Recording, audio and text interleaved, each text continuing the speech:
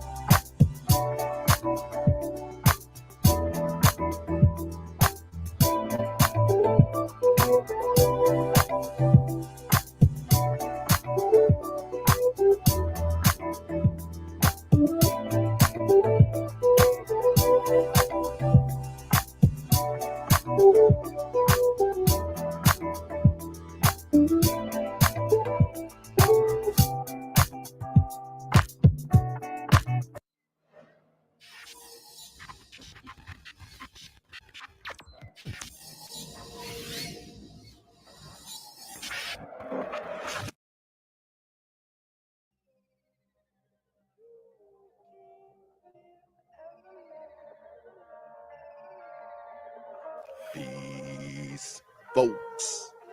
This is X from pt2 Media. Open your mind and wake your black ass up. You know what time it is. Hit that damn like button as you make your way in the door. Grab a seat, settle in, get ready. It's the Grown Man Hour with your host, my man, Bernard Riley.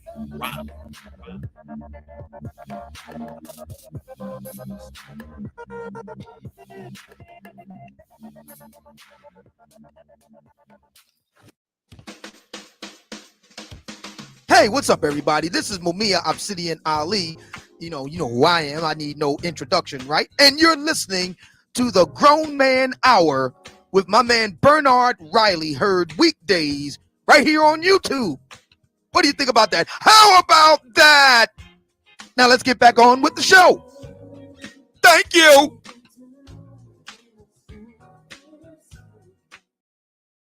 Right, what's going on?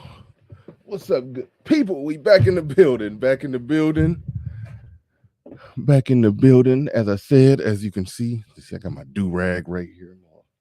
Oh, ghetto. All right. Shout out to the early bird squad. Those are making in bright and early. Drop comments and hopefully likes before we even get things started. Shout out to Bowdy Thug in the building. Says pull up and hit the like button. James Kill in the building.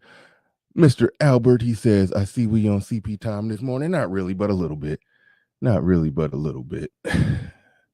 Covina Man says this topic should be better represented in today's show. Don't start taking shots already. Obsidian did a good job. He does it more in the Black American context. But I think Man of Tomorrow is going to take this topic a little more, put a more global polish or spin on it. So we'll see where it goes. He's in the back chat, about to bring him up momentarily. M and Perry in the building. What's going on? Salute and shout out to you. See the God YouTube Premium 2-month trial. Are you telling me I need to get YouTube Premium? Was that personal? Shout out to Zero. Shout out to Cut to the Chase. I skipped a few people. Shout out to Osama Abdu. Shout out Zero saying take shots. What you know about the gentleman's jack? A little bit. I like it. It's real. It's smooth and strong at the same time. The Mac the Trucker in the building says, what's good, everyone, and salute to Bernard for bringing back panel ARC yesterday. No, I didn't. Obsidian brought panel ARC out of the woodwork. that was all the handiwork of Obsidian. I cannot take credit for that one. So that was Obsidian's handiwork. So yeah, got to give Obsidian all the credit for that one. But he says, BR, the look on your face yesterday when you were questioning man about his criteria classic. Hey, go on, man. Obsidian be trolling us, man. He be trolling us. He be trolling black women. Everybody getting trolled. But yeah.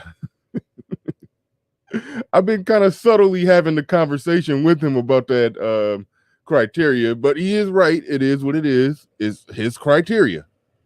You can't argue with that. It's his criteria. But it's some things in there that just seems a bit obsessive. Top 10 university, be reasonably intelligent with a good temperament. Yes. Whether or not you went to Harvard or a Division II college, I can care less.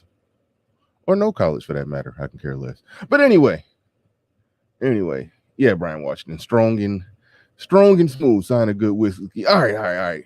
We are snowed in today. Yes, we snowed in Michigan too. Kids didn't go to school. They upstairs sleeping in. I should make them get up and do something. But without further ado, got to bring up the man of the hour, the man of tomorrow. No puns there. But without further ado, MOT in the building. What's going on? What's going on, man? Thanks for having me on.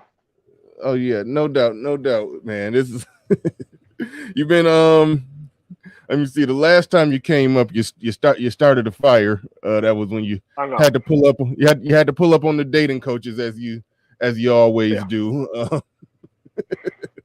What's up with that, man? Why you hate the dating coaches so much, man? What they do to you?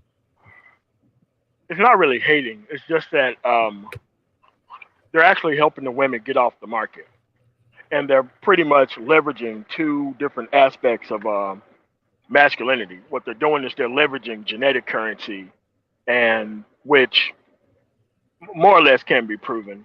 And they're now, since anybody with the genetic currency can really say all this stuff, now we got the people who are leveraging situational currency, which is I have more than you. They submit to me. They don't submit to you. So my actual idea is, what happens if we take away the entire table by leaving them all alone and see who is actually going to deal with this product? Because I think the product is the American woman, or you mean the American black woman? Well, I would say the American culture woman, period, whether they black or white. Yeah, some people don't draw as hard of a line as you with that one. When you basically saying just scrap these westernized women altogether. Just no. What you do is you properly bring them back to the negotiation table.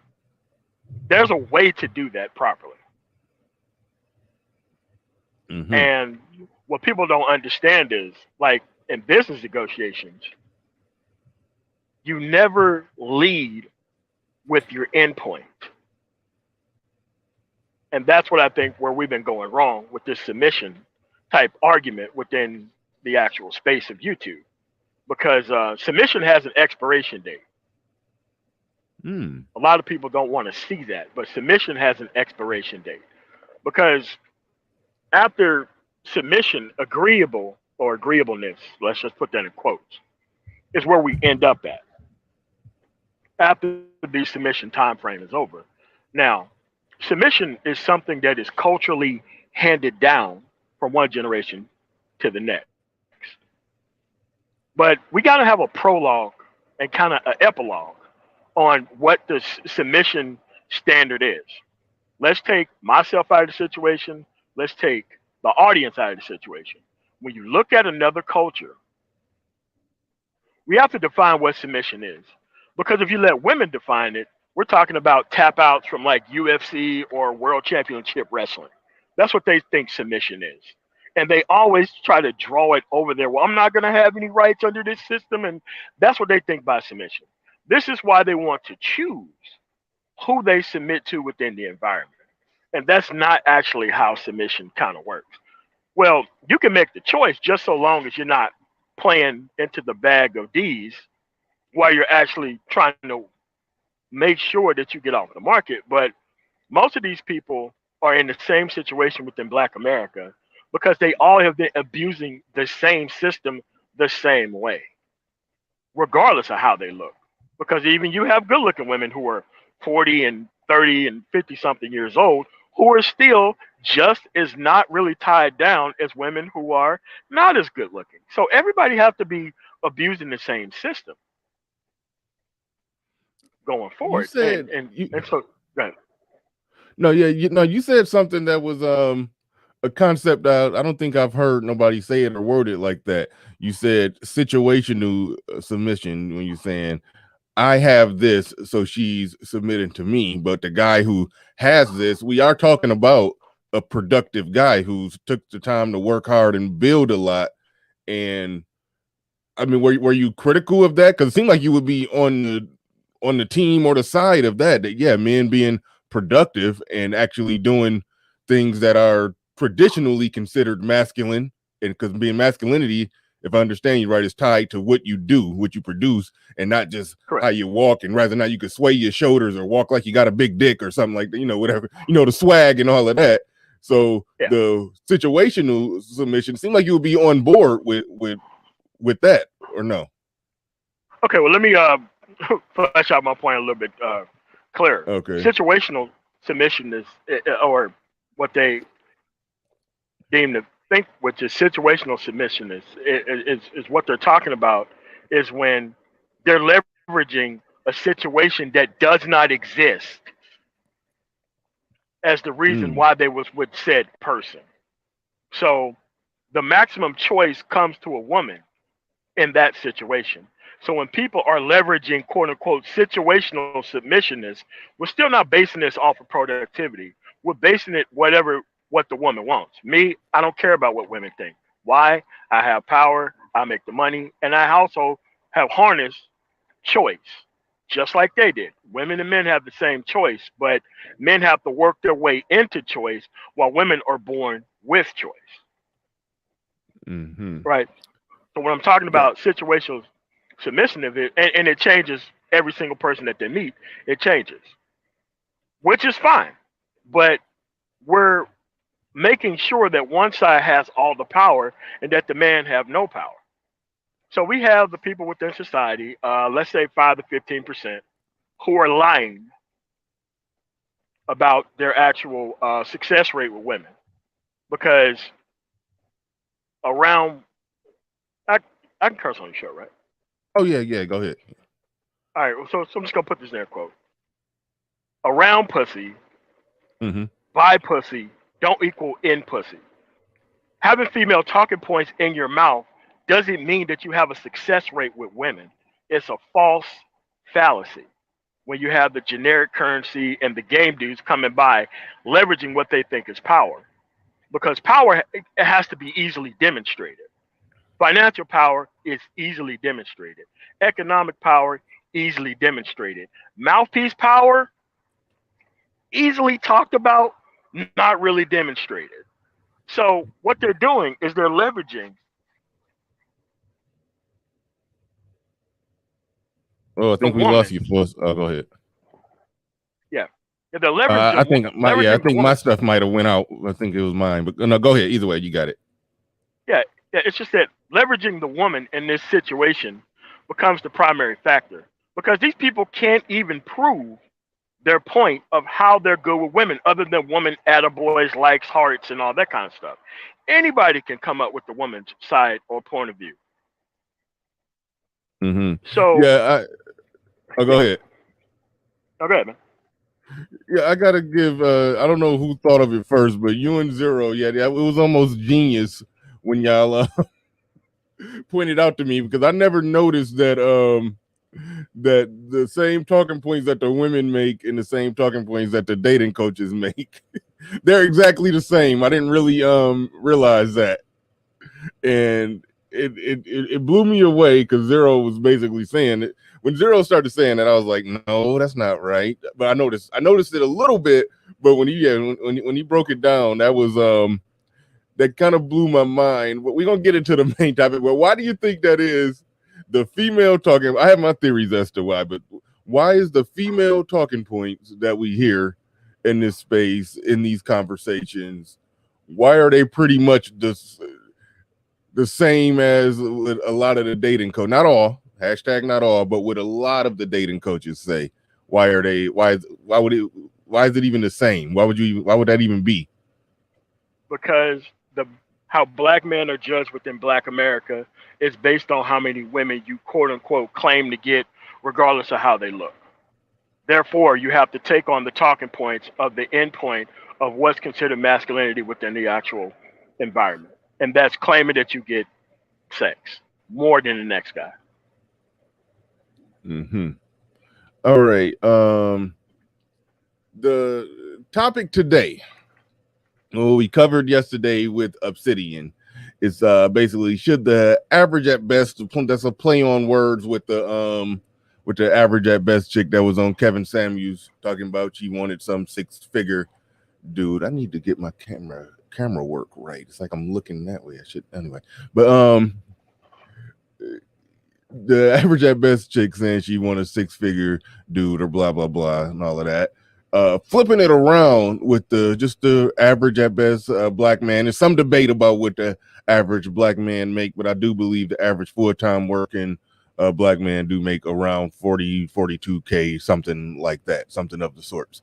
When you're talking about what he should expect out there, rather or not he should expect a fit, feminine, friendly, submissive woman out there. What's your thoughts on that? Because a lot of people don't know that when Obsidian was late, Obsidian came on yesterday. It's supposed to be the one-on-one, but he came on at like the 45-minute mark.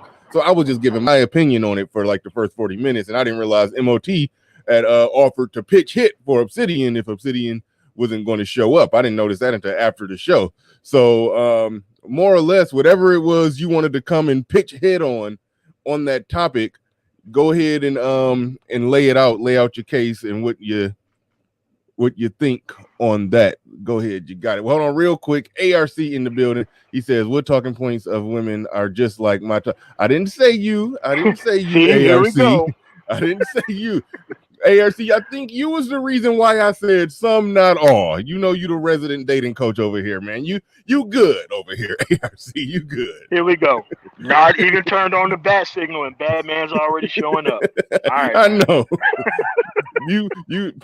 Panel Allen already coming. He already coming. Here go. We got panel ARC up bright and early, but no, I wouldn't talk about you, ARC. You good. Appreciate the super chat. Go ahead, MOT. All right. So what you have to understand is that being beautiful for a woman or maximizing her looks isn't something that you have to earn. That's her cultural responsibility. Being quote unquote agreeable and all this stuff isn't something you have to earn. It's her cultural responsibility. So when you give a woman the ability to not maximize looks or femininity and give her a ton of dick from whoever she picks, that destroys the entire system of how men and women are to treat one another within the environment. Because within normal cultures, women hold women in line, and the men hold the woman in line.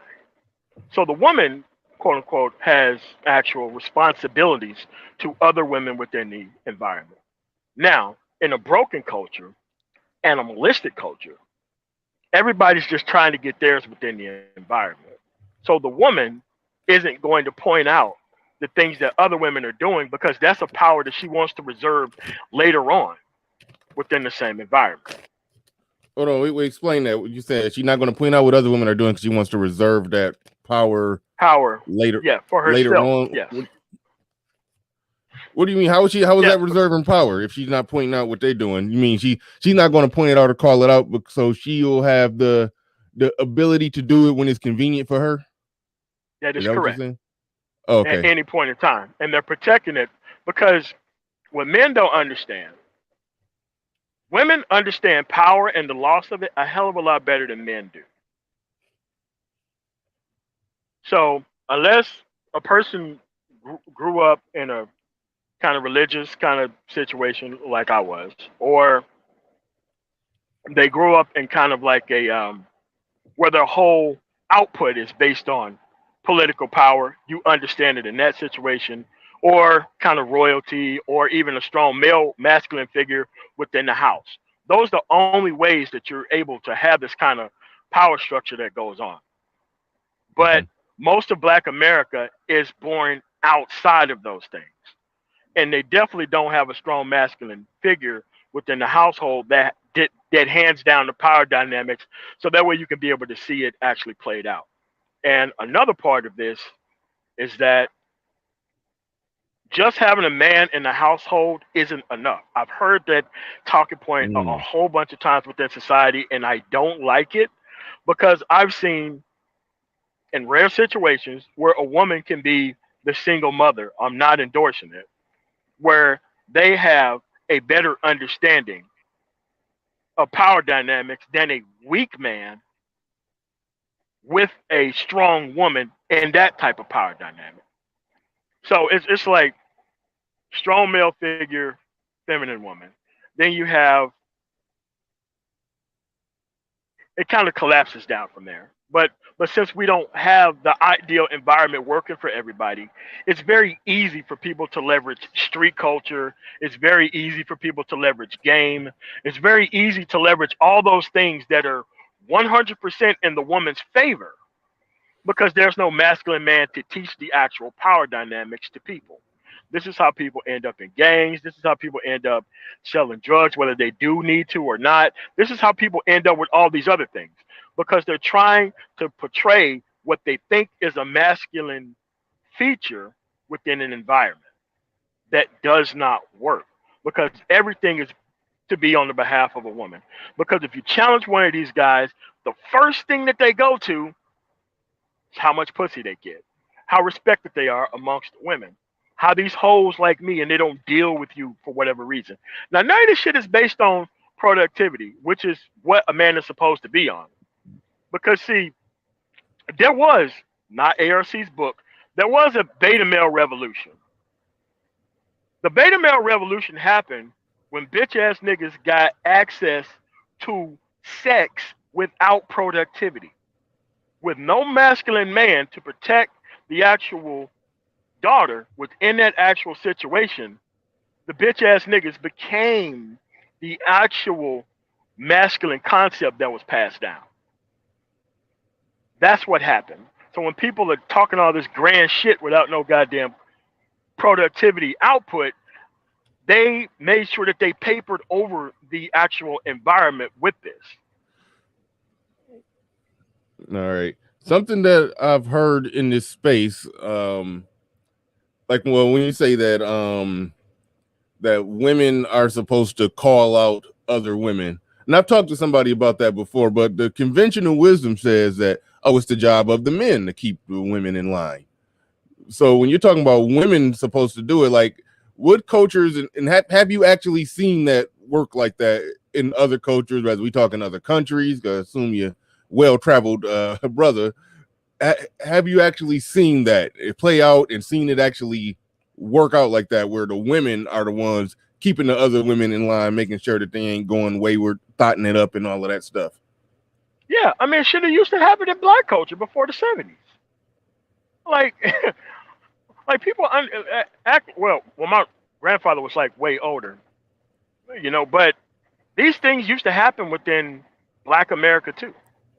It just like in my grandfather's generation, the bitch ass nigga rate wasn't that high because bitch ass niggas with no productivity had no access to pussy unless they left the house and did some other shit and got some access. Because most of these women who are having all these kids were not even feminine women. And as the generations went on from the 70s, there was more and more of these unfit women having kids by these bitch ass niggas. That left a space for all these game dudes to come in to give them their form of masculinity later on. That's what happened here. So, yes, it used to happen in black culture. And a lot of other cultures, Eastern European, Asian culture, that happens too. But this whole idea that feminism is going to pick a weak man so that way she can have a kid, so that way the government and her can leverage this against the man. Now, that at the best was supposed to happen one generation. That wasn't supposed to happen 2 and 3 generations down the path, because you were supposed to make a choice whether to deal with people or not. Because people have to understand that if you remove people from an environment and you place them into another environment, outside of their skin color, the things that they practice becomes the culture if you take skin color out of it. So with all these unfit men around here chasing access to women, the younger boys within the environment want the respect of their mothers that was supplanted by the respect of the father. Boys were supposed to be close to their mother, but have more respect for the father's level of relationship. That's why Mm. the boys were taking the bottle away from them and they cried, and then they had to learn to survive without free nourishment. It had to be timed, which means it had to be quote unquote earned on some level. So it's like, now once I bring these things up, a bitch ass nigga would rush in and tell you that things are never going back to where that is. That's normally how they was able to shut down all opposition. And they also used to say, "Oh shit, well you'll never get no pussy like that." Well, you have to understand that getting pussy within the environment is not the reason why I'm here. Me getting pussy within the environment isn't gonna put food on the table. It isn't gonna protect families. Unless you're like a porn star or a gigolo or some stupid shit like that. But other than that, that's not a standard of masculinity within the environment. Gigolos and pimps are also bitch ass niggas. You know, nobody respects men like that in other cultures. They usually have no respect in this culture right here until like the black exploitation days. But you have to understand that while we're talking about all of this, the rise of the women having power in the environment is based on the men letting go of their power within the environment just so that way they can get easy sex. Mm. Wayman Brown in the building with a super chat. He says your last few weeks of streams have been fire. Thanks, appreciate that. Yeah, I have had a few classics. Zero in the building with a super chat. He says black women used to hold women socially accountable up into the year of the vaginae. Okay, the year of the vaginae. I Yeah. wanted to say, I wanted to say something else, but anyway, I never heard nobody call it vaginae, but that's just a new one. Okay, anyway, 1964, Asian women still holding women accountable, and they do have the highest marital rate. Yes. All right. What? One thing that has unearthed from all of that you talk about when you broke down the history and everything is, well, you mentioned these a lot of unfeminine women got pregnant, raising kids by themselves and the whole works, and then produce some more unfeminine women, and now it's turning into a thing where we got to hear certain guys who ain't even who not in the business of dealing with them type of women be told that you're not manly enough. You're not manly enough to deal with this manly woman. You're not masculine enough to deal with this masculine chick. What do you think about that? The counter arguments to all of that, brothers pulling back or men pulling back, saying, "Hey, these chicks is wilding. I ain't trying to deal with it. Well, you just need to be more masculine so you can handle this masculine chick."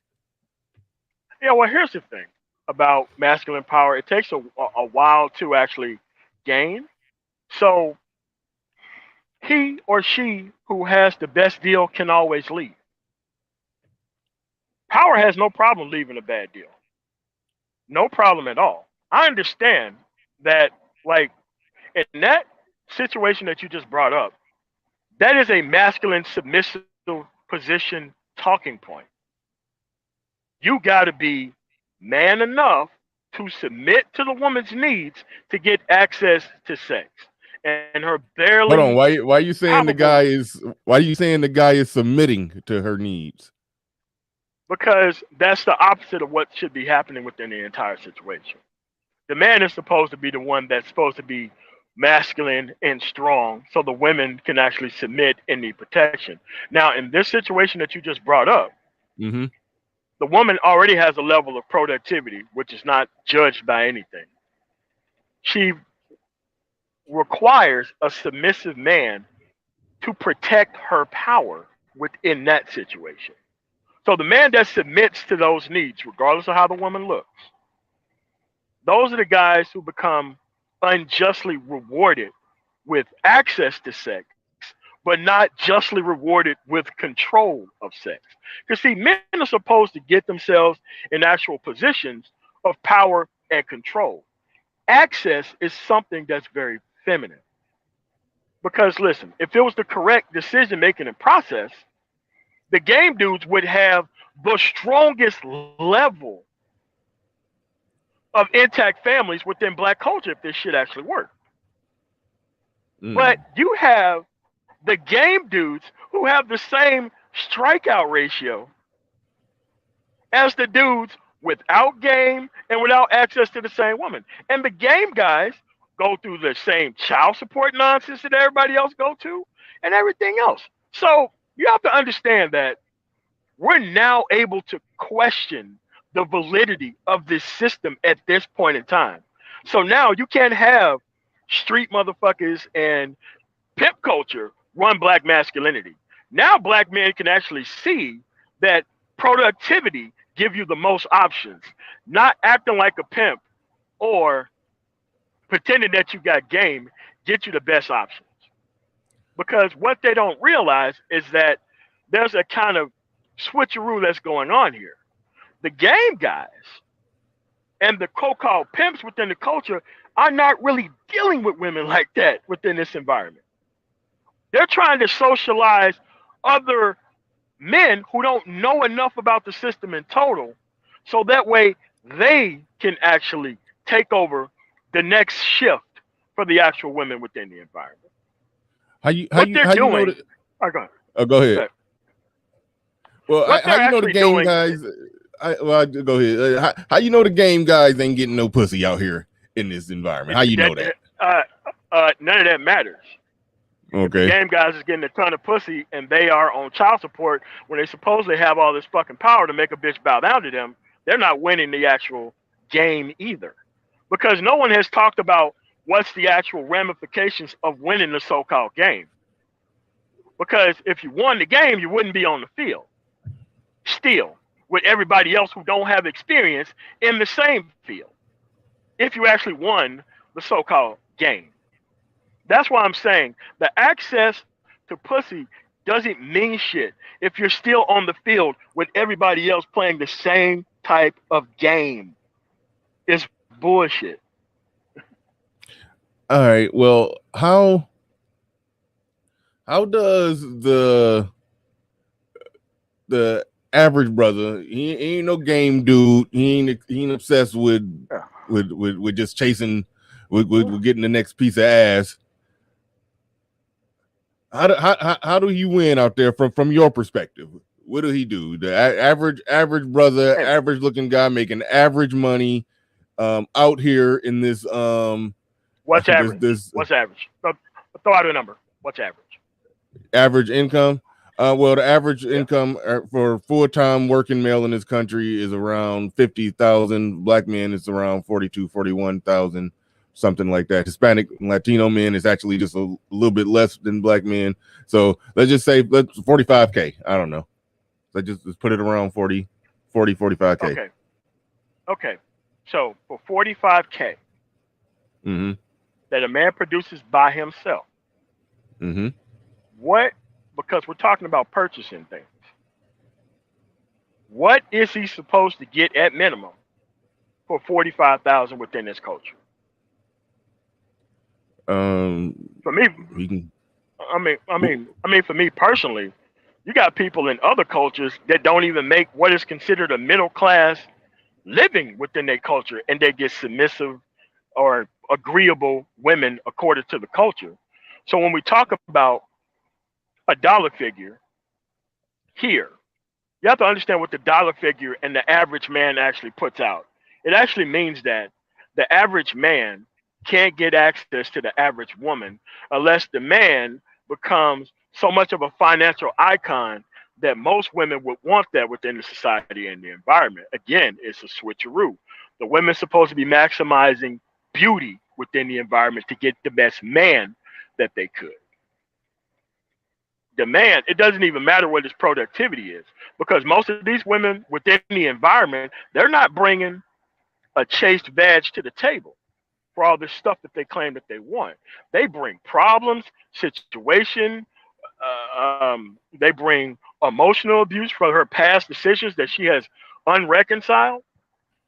Like, so when the man needs to be bringing on this financial care to the table, it is to clean up after the woman's reckless abuse of her sexual cavity to the table, and the reckless abuse that her actual mind state, because the more she frivolously gave herself away, the more she actually thinks she is to be rewarded for giving herself away by the next man, because this is what we culturally taught women. That's the actual issue here. Because what I'm going to tell you right now, I'm operating like a man. Whenever you see bitch ass niggas in the chat, because I know that there are a couple of them who disagree, this is what they disagree on. Because I am taking away their inner bitch and turning it into outer man. And they're gonna have to act like a man within the environment and lock motherfuckers out if you want shit to actually work properly. You see me, I'm a beginning to end thinker, and I'm an end to a beginning thinker. This is how come I can't be bullshitted while most shit that goes on within the environment. I take the woman out of the equation altogether. I grade it on the worldwide scale, and I'm not gonna unjustly compensate people for situations and circumstance that does not deem it. But within Black America, since the overall issue is having access to a woman regardless of how she acts or treats a person or how long she stays, it's the actual standard. This is how come no one can ever get this stuff right, because you got a whole bunch of submissive men trying to muddy and pollute the actual masculinity, so that way the men never become productive enough and leave the woman alone, so that way they can be an actual man. Mm-hmm. Shout out to O'Shea Duke Jackson in the building. He says, shout out to MOT and Bernard in the Sphere. Appreciate you, O'Shea Duke Jackson. Yes. Shout out to O'Shea as well, man. Yeah. I see him over there with his 100,000 subs and shit. I see him. Oh, yeah. He be stunting on us, pulling through here with a check by his name, trying to floss. Yeah, you know, he just be riding through showing off that little check he got by his name. But let's see, a lot of those women see the freedom of American women and want to get over here, and they also realize American women are out of control. Let's see. All right, so we're talking about that average brother, and we're talking about what's going on here, you know, on American soil. Do you even know if there's the brothers who actually do get out there and travel? Because I take it your solution is deal with women from other cultures, if I understand that correctly. No, I mean, you know, they can have the same culture here, but it's just that you have to be mindful to know what the end point of masculinity is and how it's actually celebrated properly before you get hooked into an improper system that you're never going to get out of. Because what most of these dudes are within this society, they're in a hamster wheel that they haven't stopped pedaling yet. Like, masculinity is really not that difficult of an issue, but a masculinity within the feminist concept, dude, you'll be on that wheel pedaling forever up until you're 90 years old, thinking that you got game and that you run shit. Right on. Cut to the chase in the building. He says, in my mind, in my mid-20s, so I'm going to leverage my looks, youth, and charm to get the quality women I want while being productive at the same time. I can walk and chew gum at the same time. What do you think about cut to the chase statement right there?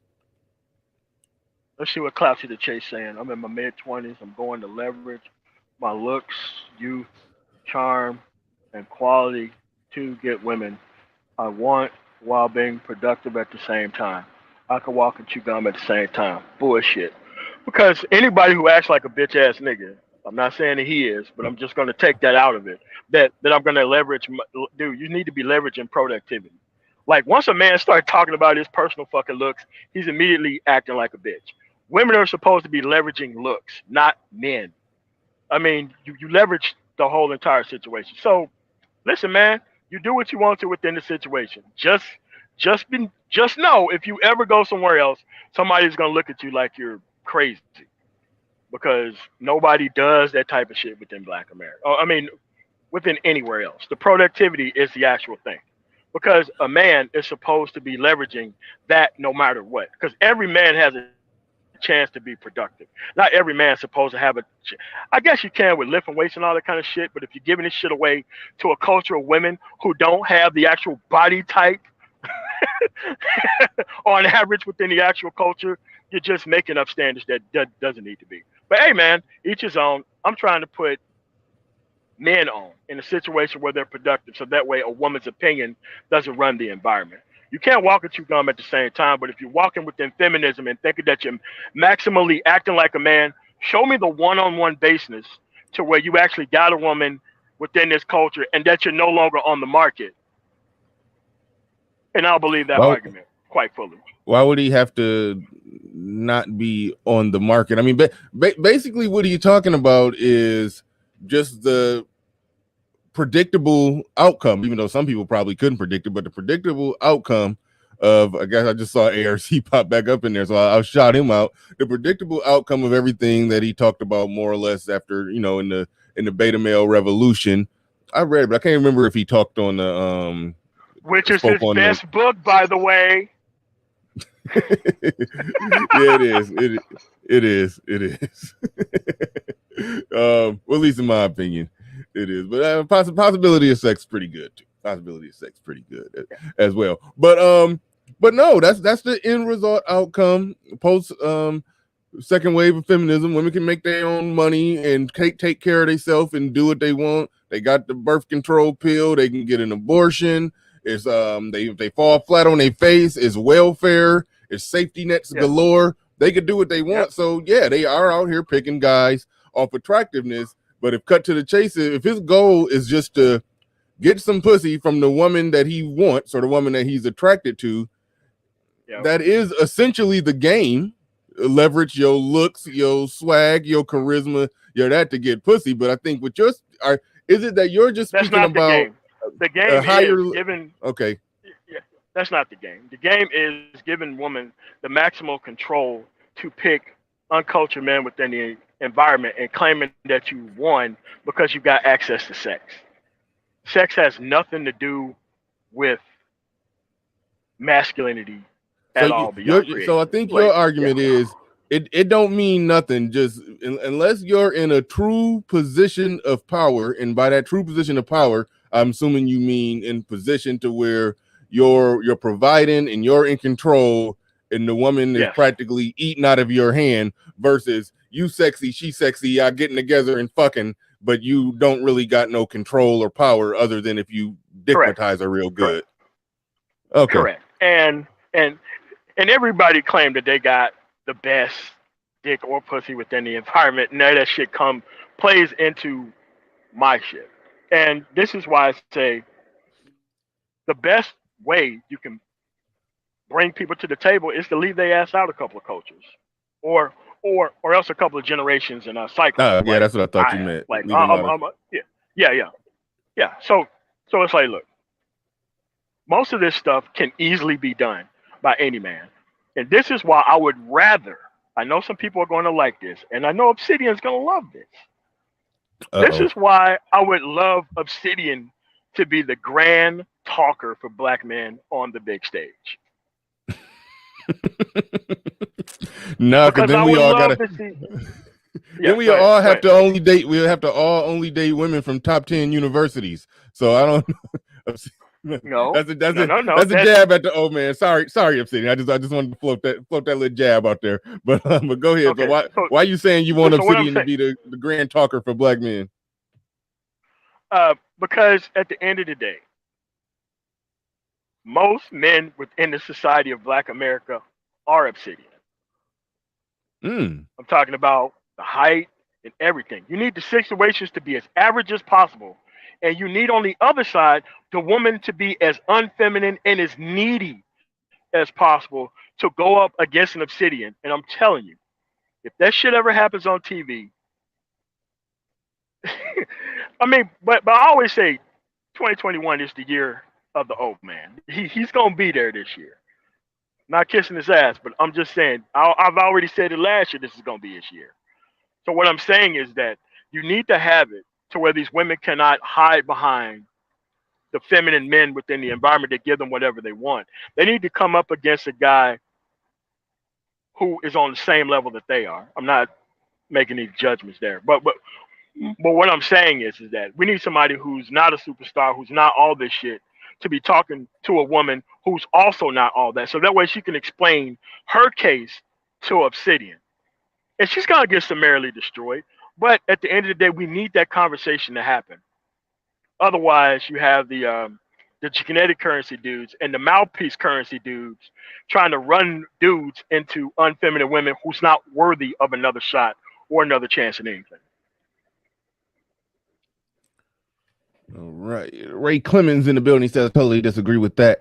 If you are handsome and productive, you are by default a huge catch to any woman of any race. Salute Bernard and MOT. I mean, you do got to admit that it is that's a form of currency even for men. You're just your argument is it shouldn't be the primary currency.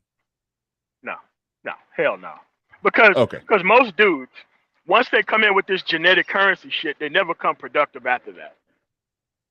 That's what happens. They get rewarded with pussy, and then all of a sudden they're not productive anymore. Because everybody who claims that they have this so-called standard are not really running Fortune 500 companies, don't really own their motherfucking businesses or none of that shit. So when people start to try to bring the genetic, oh, well, I can do both at the same time. Bullshit. Man, once you start to get rewarded with, like, think about it. Most men, they work their ass off. Once they get access to a woman, they stop working as hard. The same shit works for men who call themselves good looking within the environment. Once they get access to women, they don't work as hard. They don't. Yeah. Because that's we my, don't. Yeah. I got a similar theory when it comes to the NBA. Why I don't know how much you know about basketball, but big men don't have back to the basket fundamentals anymore because they used to have to stay in college for 3 years and learn a proper drop step up and under and all of that stuff. But right now, all they got to do is be tall, and then they just dunk on everybody in high school, play 1 year of freshman basketball, and then they go and freshman college basketball, and then they sign a $1 million contract, and they never take the time to learn basic back to the basket fundamentals. So right now, it's the same for men within Black America. It's the same. Yeah, I'm with you on that. Like I said, if you take them out of a culture where women run shit, this shit is not even a conversation to be had by anybody. And anybody who tried that generic currency shit, they would light their fucking face on fire for trying to damage the overall power of men to give women a better choice in men. That shit doesn't happen anywhere else but American culture. Because you are in, like me, I'm around like Middle East culture and all that kind of other shit. You never hear this shit comes up. Why? Actual men, most of the women are fucking submissive. And here's the other thing that's very key to those environments that's not key here. Women don't have a man to run to that's going to give them what they need within other environments.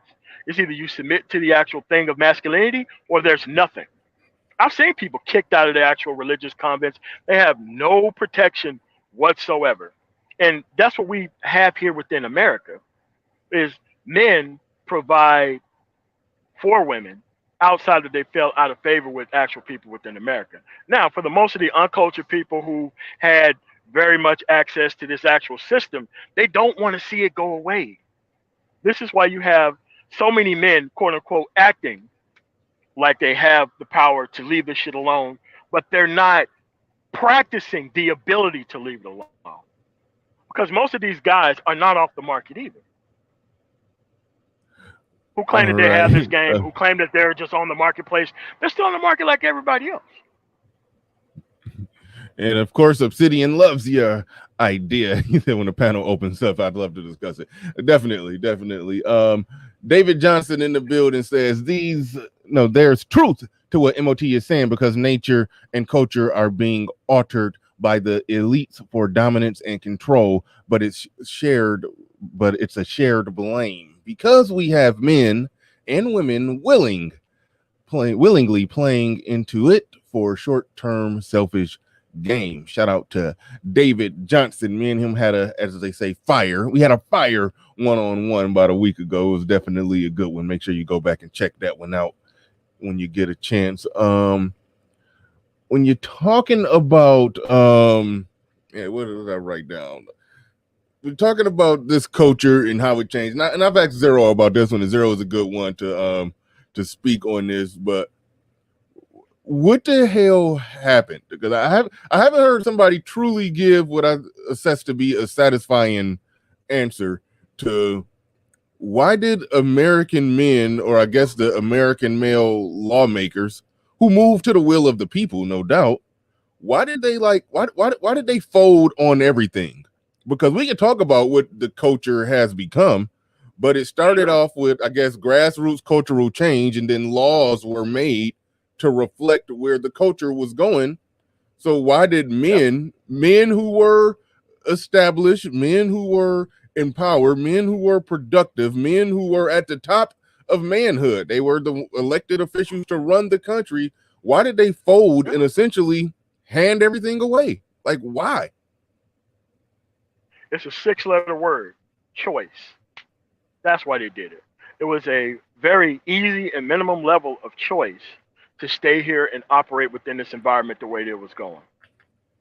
Now, if you had your maximum level of choice and you was raised by actual men who cared about what they produced in the future, then they would have told you these choices are no longer viable within this environment.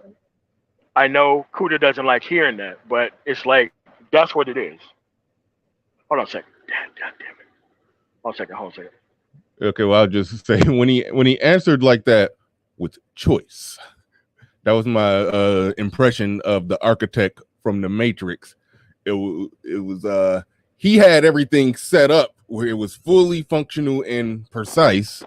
All right, I'm back. Sorry. Yeah, I was talking about how when you said, can you hear me? I was talking. Yeah, I can hear you now. I can hear you. But I was talking about how when you said the reason why was choice, it was reminding me of it was reminding me of the architect in the Matrix, how he had everything set up and it was just a perfect, fully functional machine, but it was flawed because so many people wouldn't accept the programming. They had to have choice. I guess in the Matrix, when people were ultimately given choice, they many of them accepted the program, many of them didn't. So when you say choice, what are you talking? Are you talking about the people on the ground, or for this example, the people in the Matrix not needing to have the choice to accept it willingly, but apparently women in this culture and a lot of men in this culture, they chose to not play along with the structured thing. They wanted that choice to be free to be traditional, or to just go their own way, so to speak. That was just my riff on that when you said choice. Correct. And what men should have did is they should have did when the Baltimore Colts decided to move to Cleveland. This area is no longer viable for me to operate freely like I want to. Therefore, I'm going to leave and go to Cleveland. That's what men should have did. Now, my grandfather didn't have that problem. He just kicked people out the family. Once you start not upholding the standards of his actual upbringing, it was time for you to leave the family. If you wanted to be like, they made him go to like another city, change their names and all that kind of stuff. I didn't find out that till way later. But that's what it was. If you couldn't uphold the standard of the name, because a name still means everything in the South. And who you're associated with means everything in the South. And if you were associated with a level of failure, your ass had to go. So it wasn't just what society did. It's how men behave regardless of what society did. That's how these things actually worked out. So when people are talking about, oh, I ain't got no choice, no. Choice is where the stuff is at. Because see, people chose more pussy.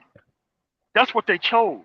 They chose more access to pussy over standards and actual protection of the environment.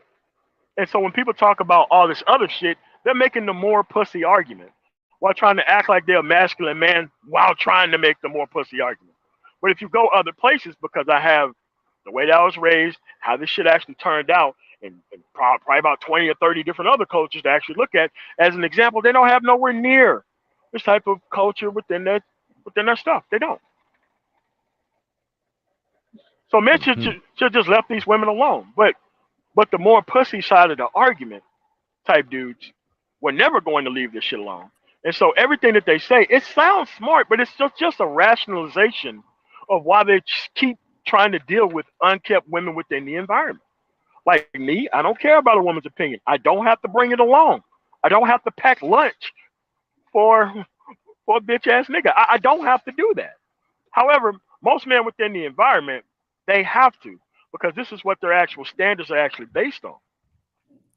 Is actually, am I getting ass within the environment? Is somebody not? This is why they require people to stay and actually compete with them within an environment where they're not even winning.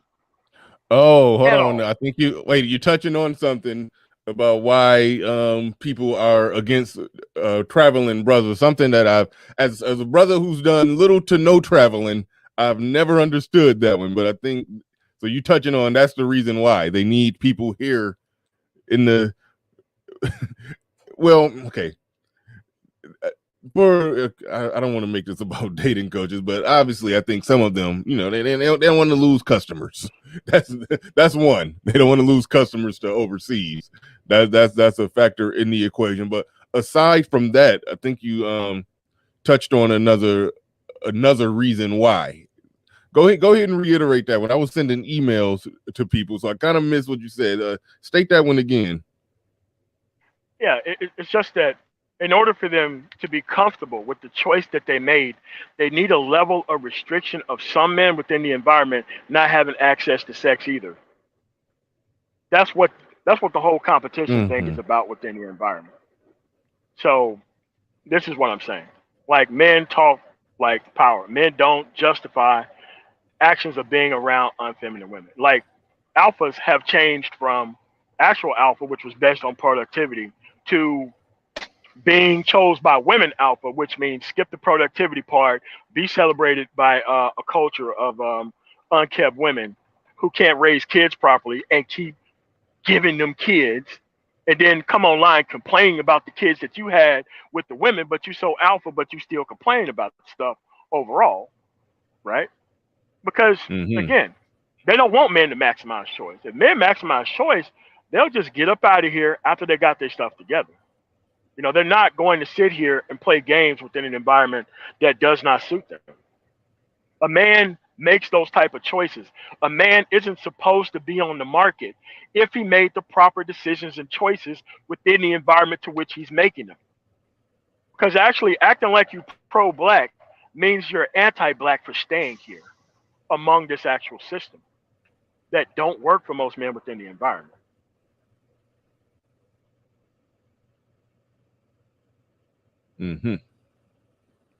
Shout out to ARC doing a topic check on us. Isn't the topic should an average earning brother?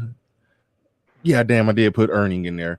Average earning brother expect to connect with a slender, very feminine, and highly submissive woman. Part 2. Just checking. Okay, I try to circle it back there, but MOT let me goes just where check. he goes with it.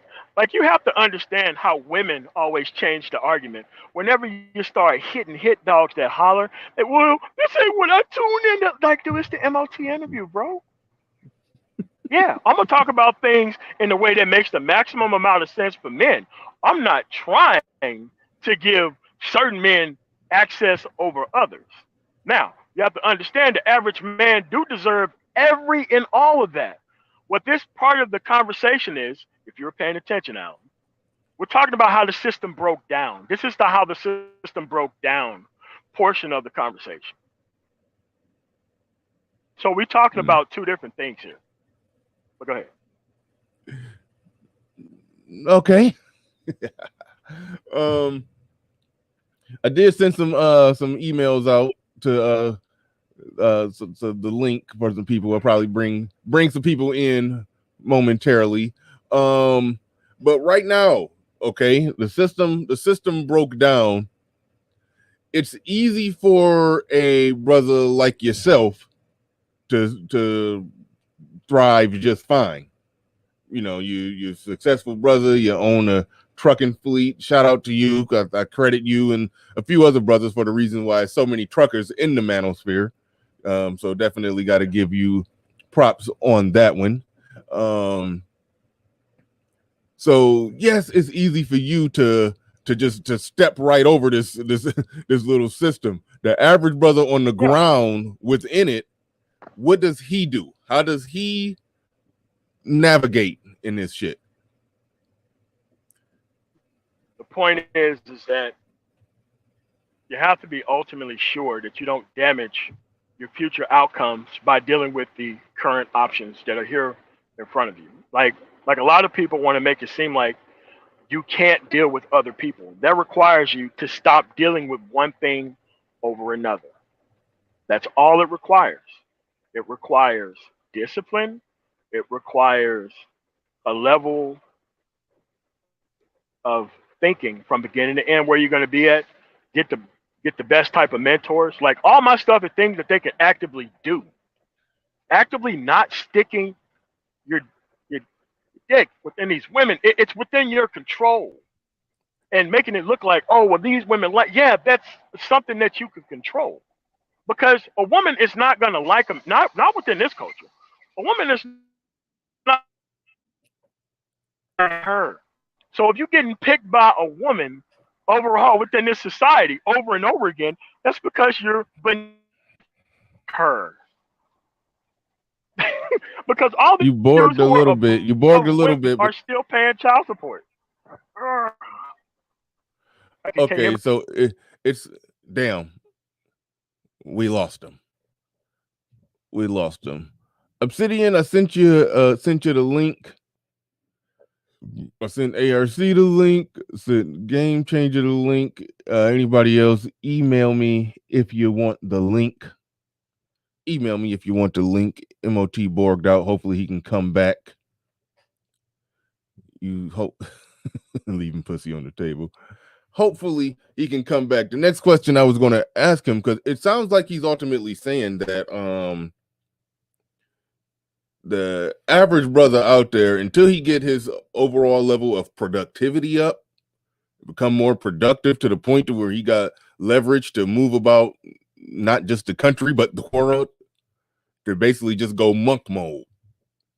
It's almost like that's what he was saying. That's what I wanted to get at. That's what I was trying to tease out. Is he saying go monk mode until you build yourself up? Go monk mode until you build yourself up. I want to see if that's the ultimate end goal of his advice. Yeah. So that's what I was looking for. Shout out to American Negro. Get the likes up. I have no idea where we at on the likes. That's pathetic.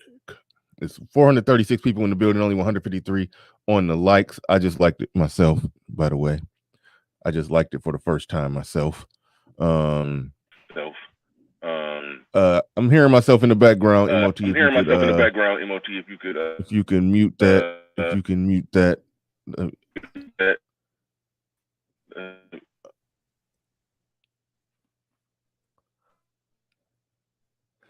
Is there any way you can get rid of the feedback?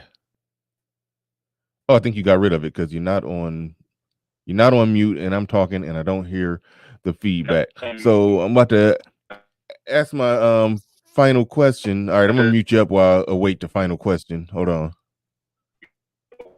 Because something is going wrong. They won't even let me mute you. All right, hold on real quick. Counselor Murray in the building. Thank you for the super chat. Appreciate that.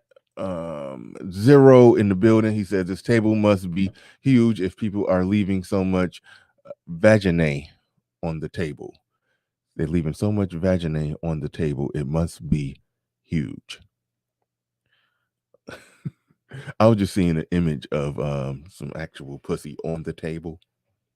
I don't know how the woman was positioned, but somebody needs to make a little clip, a meme. I don't know what you're going to call it, of a woman sitting positioned just right where her pussy, you can see her pussy actually touching the table, and the guy sitting there like just looking at it, and the caption leaving pussy on the table. that's yeah. Okay, that's where my sick mind goes from time to time. Yeah, we need to get a meme type image of a man leaving pussy on the table, and how does that look? We're going to give one more try with MOT. Well, not one more try. We'll take as many. He says we need truth email, perhaps. That's why I told people email me, because some people who want to join it, that I don't have their email. But yeah, there's some people who want to join. I'm starting to get away from dropping a link in the chat and have people email me, and then I will give them the link via email. So I'm trying to get out of the link in the chat business, but I don't got everybody email. So that's why I want individuals to email me when they want the link. I got the email feed up so I can see any incoming emails. So y'all can definitely send the emails. I will get them. But the link in the chat business is fun. I have just thrown the link in the chat and met some interesting individuals. I've met some interesting individuals by doing it that way. No Ike. He says Moy is 100%. Is that man of yesterday? Is 100% correct. You out here roasting MOT, Ike? Moy. All right. There we go. Goshen. Okay, cool. Goshen in the building with the super chat. He says, Shalom. In my opinion, MOT is correct. It ultimately comes down to black male choice. Shout out to Goshen for that. And if I'm not mistaken, well, hold on, yeah. Well, go ahead. You got it. I got a question for you that I'll sit on, and I'll ask after you. Go ahead. So you have to understand that most of these things are still based on choice. So you have to understand that I'm in the transportation industry. Mm-hmm. I would love nothing better for there to be less transportation companies, so that way I can get more freight. So my argument is, if guys are actually leaving the environment, how come these guys are not celebrating the over access to the same women that they have within the same environment? Mm-hmm. Literally, they have more access to pussy if we leave and do our own thing. So what's actually happening with them not being happy with more pussy on the table if other men leave? That's my only question. So. Right. Yeah, no. I definitely see what you're saying and see where you're going with that. When Eric Bird in the building with a super chat, he says, a real representative, unlike oh boy, get out of there. All right. Zero in the building with another super chat. He wanted to say something, he just forgot to type it.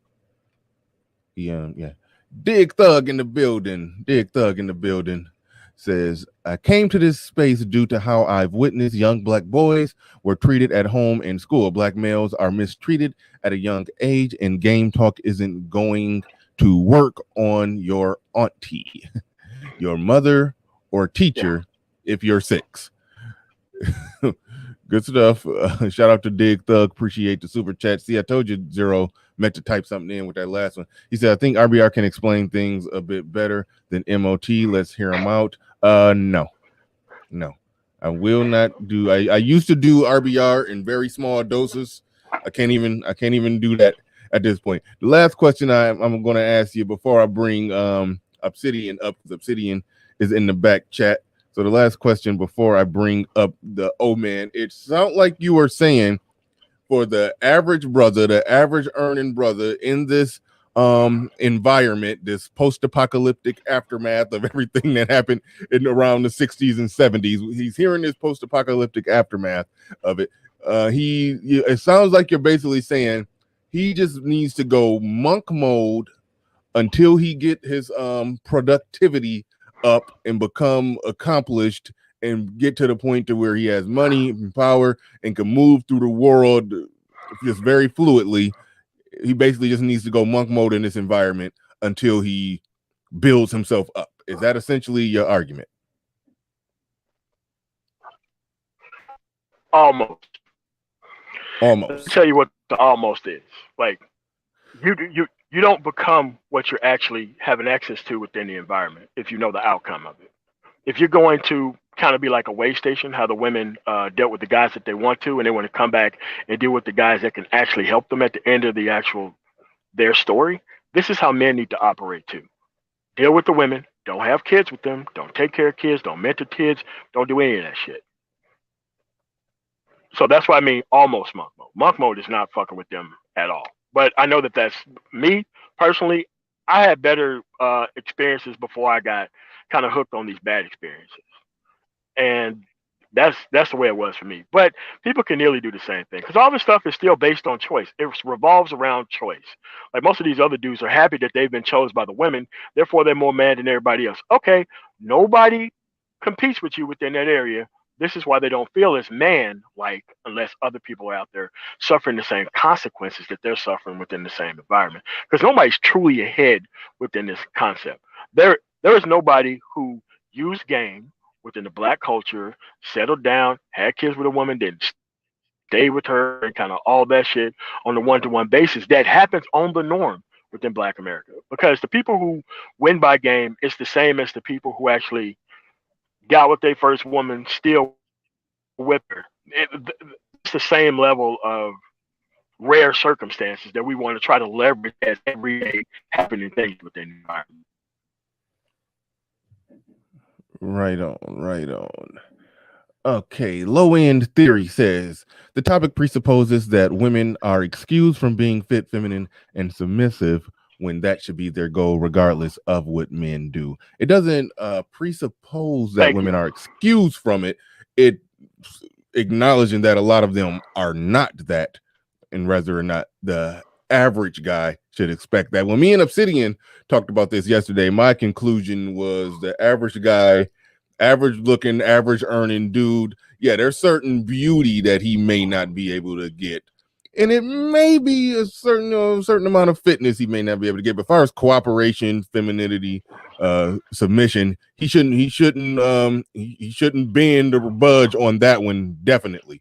I mean, he should definitely, that's a must. I don't care how much you make. I don't care if you make $35K a year to shovel shit for a living.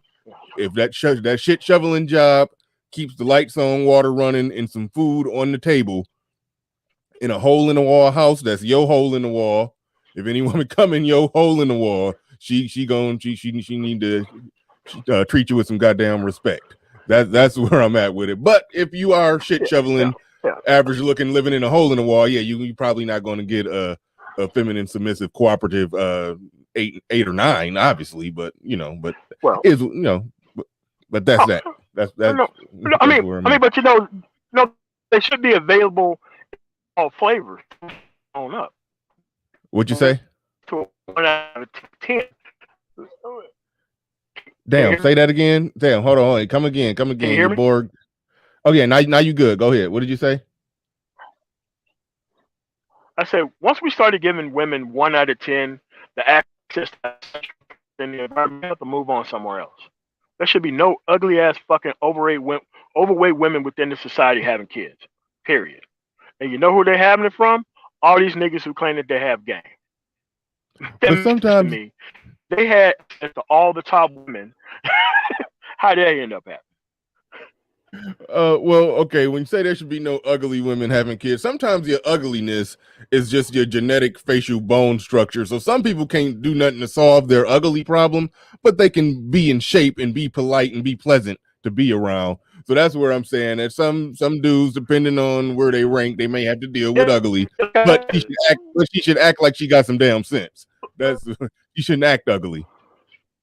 Correct. That's where and this is and here's the thing. We're talking about the acting ugly portion, not the genetic bone structure ugly. I'm talking about skill actually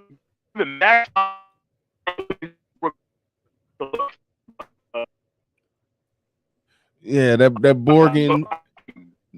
That Borgin getting bad. That Borgin getting bad. But we at the juncture in the evening where I was going to open it up. Hopefully, when Obsidian start talking, you could hopefully in some way, shape, or form figure out the Borgin. But so I'm gonna mute you. Yeah, okay. He muted himself up, and Obsidian had some background. Indigenous TV says, Bernard, the people want RBR, so you must give the people what they want. RBR, aka Black Riddler. On a Saturday show, even though my last Saturday show, I think that was the one with Steve Dean. My last Saturday show was fire, but Saturday is a show where I kind of, could do something experimental. I normally plan on Saturdays. I ideally want to just do a hour and a half, maybe 2 hours, and just get off relatively quick. If y'all really want RBR, I might play around with RBR on a Saturday, and that way I got an out to just bring them on, let them talk until my ears bleed, and then just hit end stream. I might do that. That's a possibility. But overall, yeah, y'all are tripping. All this we want RBR stuff. Okay, yeah, no. SKC, you're better than that. You're better than that. I know you and RBR are both two trolls. Y'all are brothers in arms when it comes to trolling. Even though y'all troll in different directions, y'all are still brothers in arms when it comes to trolling, I guess. But no, we can't do RBR. I don't know. Don't force my hand. Don't force my hand. But we're gonna go to the old man because MOT said something that I knew was gonna summon Obsidian when MOT said something along the lines about Obsidian being the spokesman for black men or something like that. I just knew Obsidian couldn't wait to sink his teeth into that one, so he's here. So we're going to hear from Obsidian after I read the super chat from J3 where he says, MOT, I always wondered why the dark side avatar, and are you excited for the Justice League Snyder cut? Yeah, I think I saw that. There's another Justice League movie supposedly coming out, I think. But the original version of the Justice League movie. Yeah, the original version of the Justice League movie without all the changes, which I thought was probably the best version of the movie. And it is still very, very good. I know some people already watched it, but, it explains some changes. But they couldn't sell toys to this version of the Justice League movie. That's all it came down to. You can't advertise around the newest version of the Justice League movie. Why wouldn't it be able to sell toys? It was way darker than the first one. I mean, it's much darker. Okay. Yeah. So even though the updated version wasn't all that much better, but the original version of what it was supposed to be is definitely better than what we got that was released. All right. Without further ado, we got Mumia Obsidian Ali in the building. You got the floor. You got the mic. Yeah. How you doing? Doing great. Yeah. So, all right. So, yeah, I didn't know there was going to be a part 2 to this. So I didn't either. Yeah. So my question becomes, well, not question because I do have questions, but I guess the first thing I would ask is, for MOT to please restate what he said with regard to me, so everybody knows exactly what we're talking about, and then I can respond to it. All right. So what I want thrown out the window is the genetic currency straw man. That's the only thing I want thrown out the window. Hello? Okay. So what does that have to do with me? Like, you are a short guy. We need the most average looking guy to make the best argument for us. I think that you are that person. I think you're well spoken and all this kind of stuff. I think that you would be the best version of black man to speak for black men. Because if you have somebody else who even comes anywhere close to the genetic pre-qualifiers, it becomes a straw man to point at that most men are not going to be able to get to. But a woman should not have shirked her responsibilities within the environment, regardless of how the man looks within the environment. What I want to do is I want to take a straw man away from them. And I think you'll be the perfect person on the national stage for one of these average at best women to come and talk to about how much he's worth a hell of a lot more when you're a guy who've actually accomplished shit in your own right. So you are not some 6'6" guy and all this kind of other stuff. You're actually how tall you are, and you was a still productive individual. So what's their actual counterpoint to that? Yeah, Because you know, all of this, go ahead. it's interesting you say that. I'm looking at the chat crawl, and everybody is saying that you're giving me a left-handed or backhanded compliment, disrespectful. I That's don't not see what it it is. at all. I don't see it as disrespectful at all. You know, Okay, well, let me give what I people an example of what I'm talking about. what I see it is as you know, ugly and all the rest of it. And I agree with you. I think it's very feminine for a lot of black men to place an inordinate amount of importance on their appearance. There have been scholarly work that's done on this. Elijah Anderson talks about this in Code of the Street and Streetwise. The reason why a lot of black men do that is because they're broke. That's not me saying it. It's Elijah Anderson saying it. Yale, University of Pennsylvania. Code of the Street, Streetwise. A lot of brothers place an inordinate amount of importance on their appearance because they cannot meet the traditional standard of American manhood, which is a middle class earning lifestyle that can support a wife and children. I didn't say that. Elijah Anderson said that. Okay? So what MOT is saying here has academic weight behind it. See, I meet that standard. I do. I'm able to sit a woman down with no difficulty. I can do it if I want to. That has absolutely nothing to do with how I look, smoothness, charisma, nothing. Now that takes me back to yesterday's discussion and the outburst that we heard, which was kind of like a capstone on everything else. And my question is, okay, black women don't have a problem with my standards in a woman. They either meet it or they don't. But black men clearly do have a problem with my standards in a woman, which is odd because it's like, okay, number one, I'm not interested in men, so you have nothing to worry about. And number two, you're not dealing with the women that I deal with. Why does it matter? I think it matters because it does upset the apple cart. It does. If Obsidian is able to get his standards met to any degree, what does that say about the prevailing, view that MOT is addressing right now? What does that say about it? That does upset the apple cart. And that raises the question of whether or not, see, because my question becomes, what are you attempting to achieve here? See, I know what I'm attempting to achieve. Hold on. When you say what are you attempting to achieve here, who exactly are you referring to? All of us. What are you attempting to achieve? What is your goal?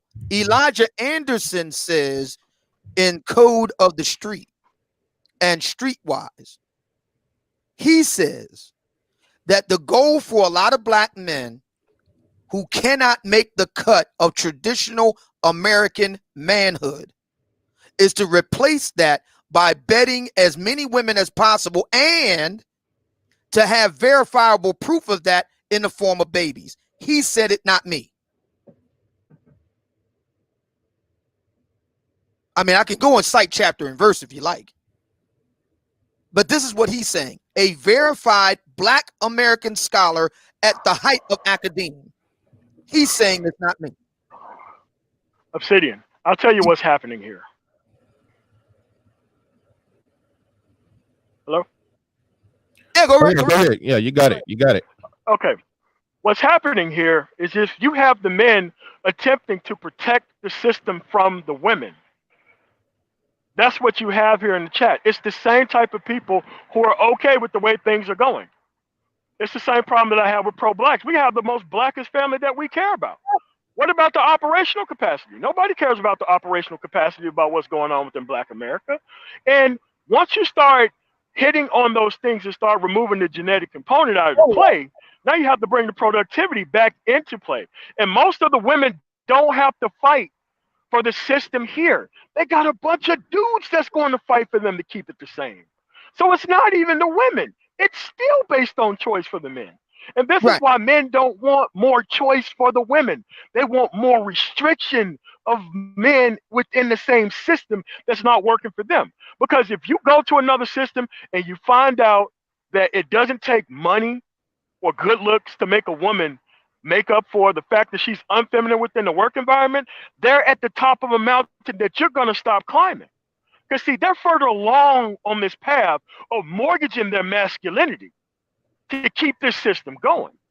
And this is why I said you are the person, because you take the genetic component out and you put the productive component back in.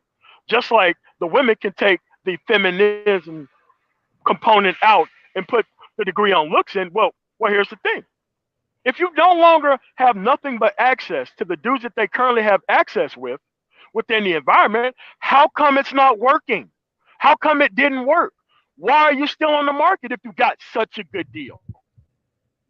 I'm being upfront. I'm trying to destroy this system.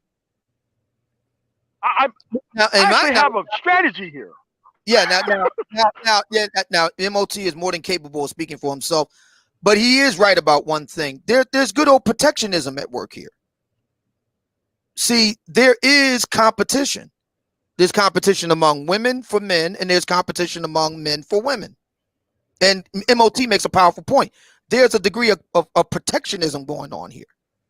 If Obsidian is able to, with his non-select, competent, productive model, make a dent, that's competition. Because now black women really do have a choice.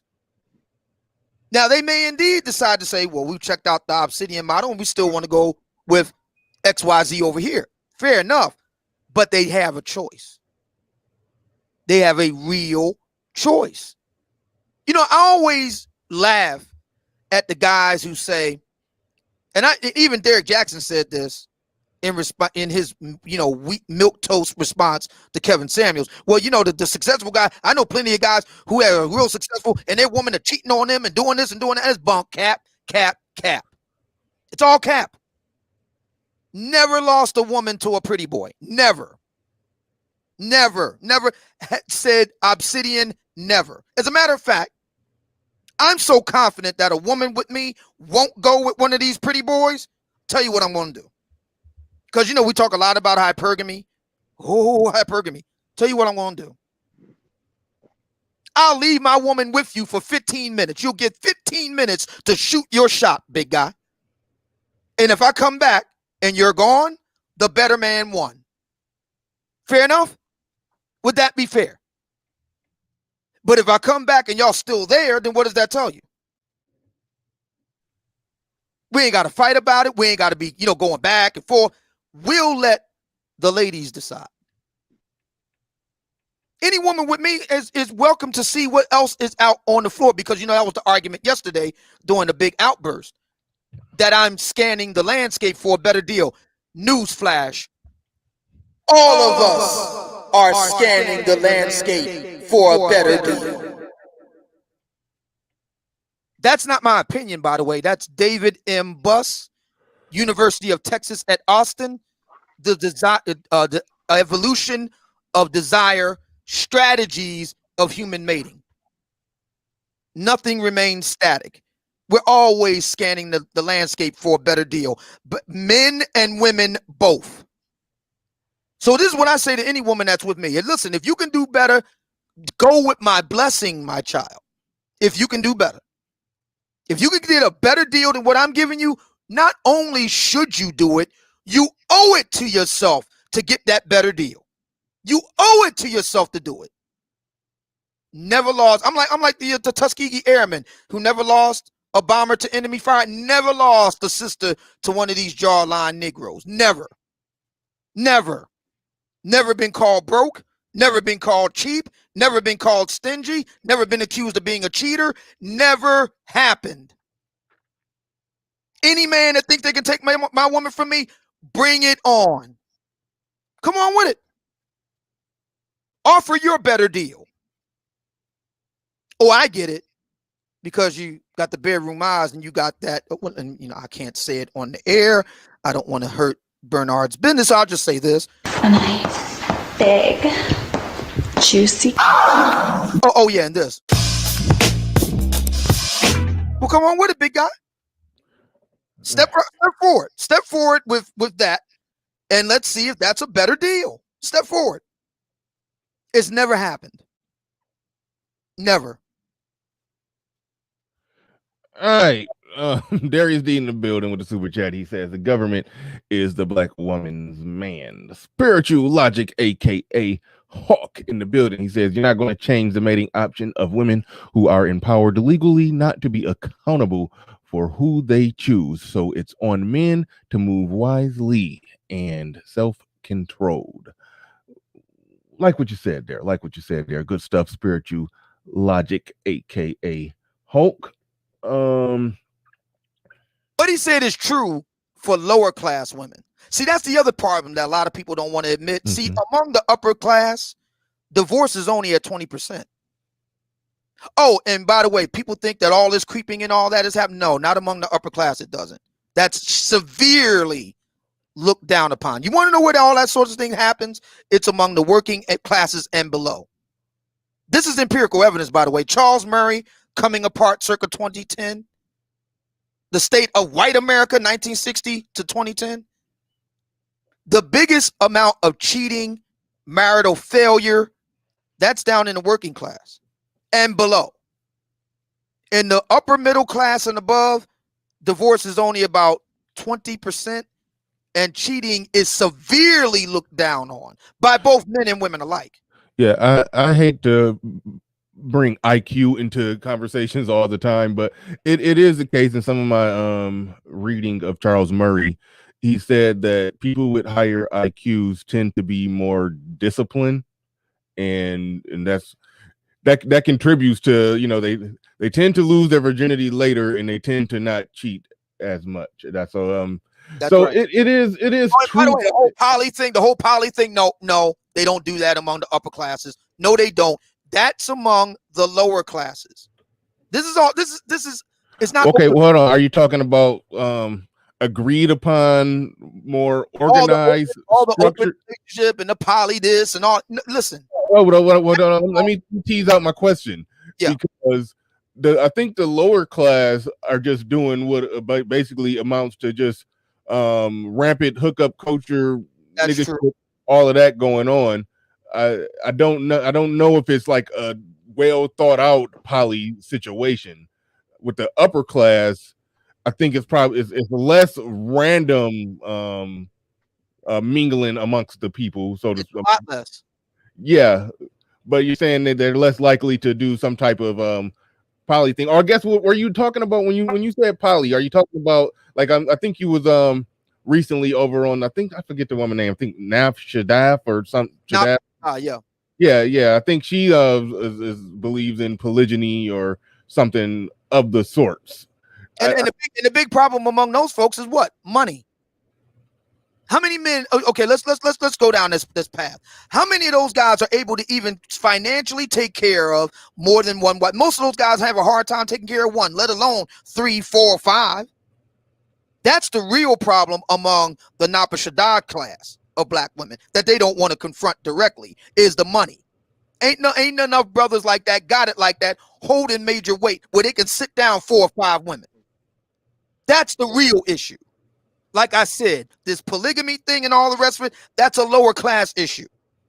The idea that black women don't want to cooperate, no, that's a lower class issue. That's what that is. That's what it is. It's a lower class issue. Since we're talking about black folks, that's a lower class black issue. So you can tell exactly based on class, exactly who's who, how they talk. You want to know the reason why? Because I see another brother in the chat room that keeps repeating himself over and over and over again. There's a real easy reason why I didn't get married. I could have.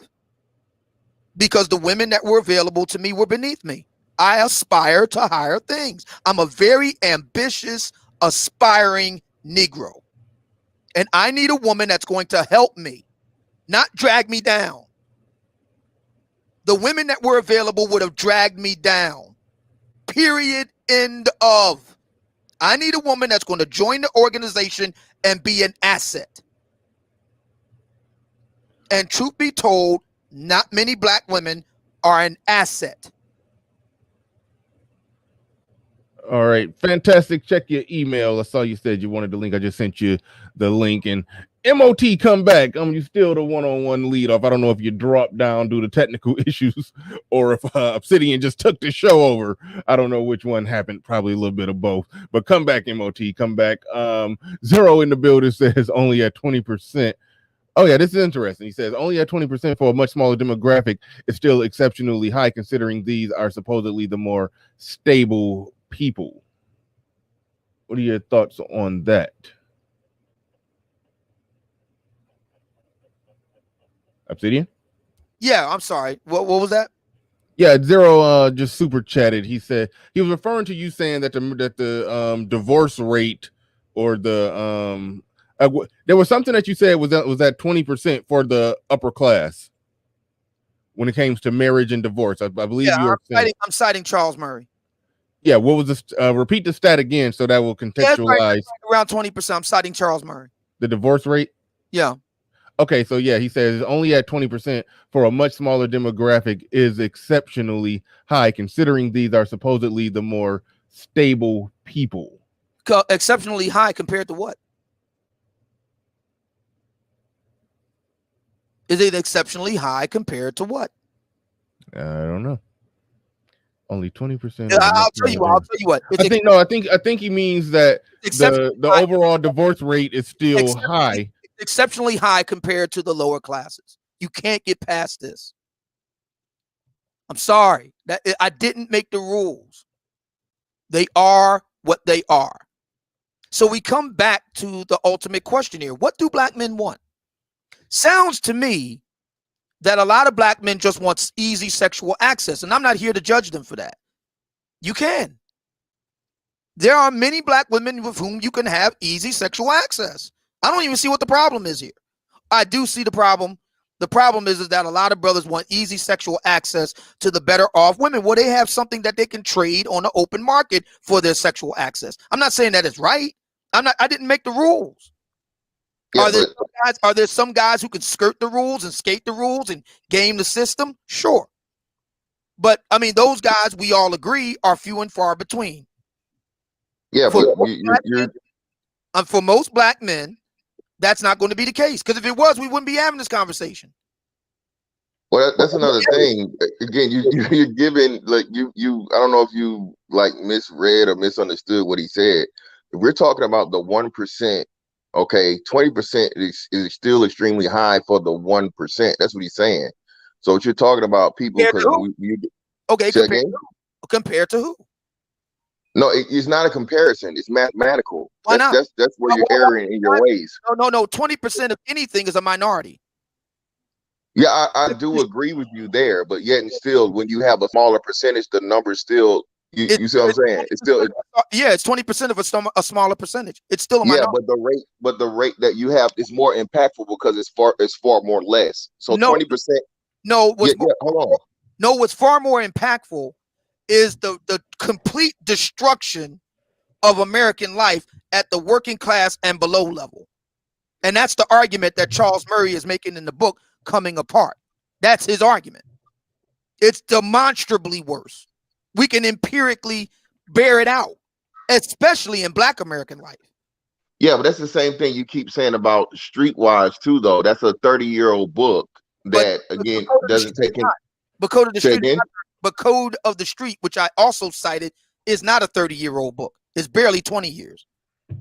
Okay, so either way, that's a substantial amount of time. That's a generation, Obsidian. No, it's not. Because right here on YouTube, every day we hear middle-aged black men saying the exact same thing. As far as what? As far as what it means to be a desirable man. A desirable man in Black America is about looks and presentation of themselves, not productivity. That is the argument that Elijah Anderson makes in both books. I agree with you, but it's the reasoning for it, though. That's the part that I don't agree with, and it's the context. You're saying because The reasoning Hold on. for it, Elijah Anderson makes the case. The reason Okay, and this is what far too many black men fail to meet the American standard of manhood, which is predicated on productivity. They cannot meet that standard.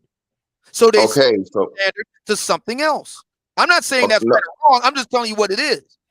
Okay, and what I'm telling you is that is wrong. The thing is that the dynamic and is different in the black community as to where the women have literally changed the sexual marketplace currency. That's all it is. It really has nothing to do with the fact of men being productive or not. Because as you say here, we prove that the productive men are still unwanted, even though they're productive. The less productive. Hold on, you gotta let me get it out now. I keep sucking over. Let him get out. So this is what I'm telling you. The book is erring in his thing because he's just using the data aspect of it, which is cool and fine. But the reality is, and we know this here very well, that the actual reality disputes that, because when a man is higher earning, when a man is productive, all these other things by black women, he's still unwanted. She's still going to have sex with the less productive dude and children by him first, and then once she's done and her sexual marketplace value has just decreased like tremendously, then she'll look to that guy as a safety net, as the safe bet. So that's why I'm saying, when you keep referencing the book, okay, that's cool for maybe 1990, maybe it's even cool for 2000, but here in 2021, even then, you had a higher teen pregnancy rate in 1990 and in 2000. Now, who's getting pregnant the most? These same middle-aged women.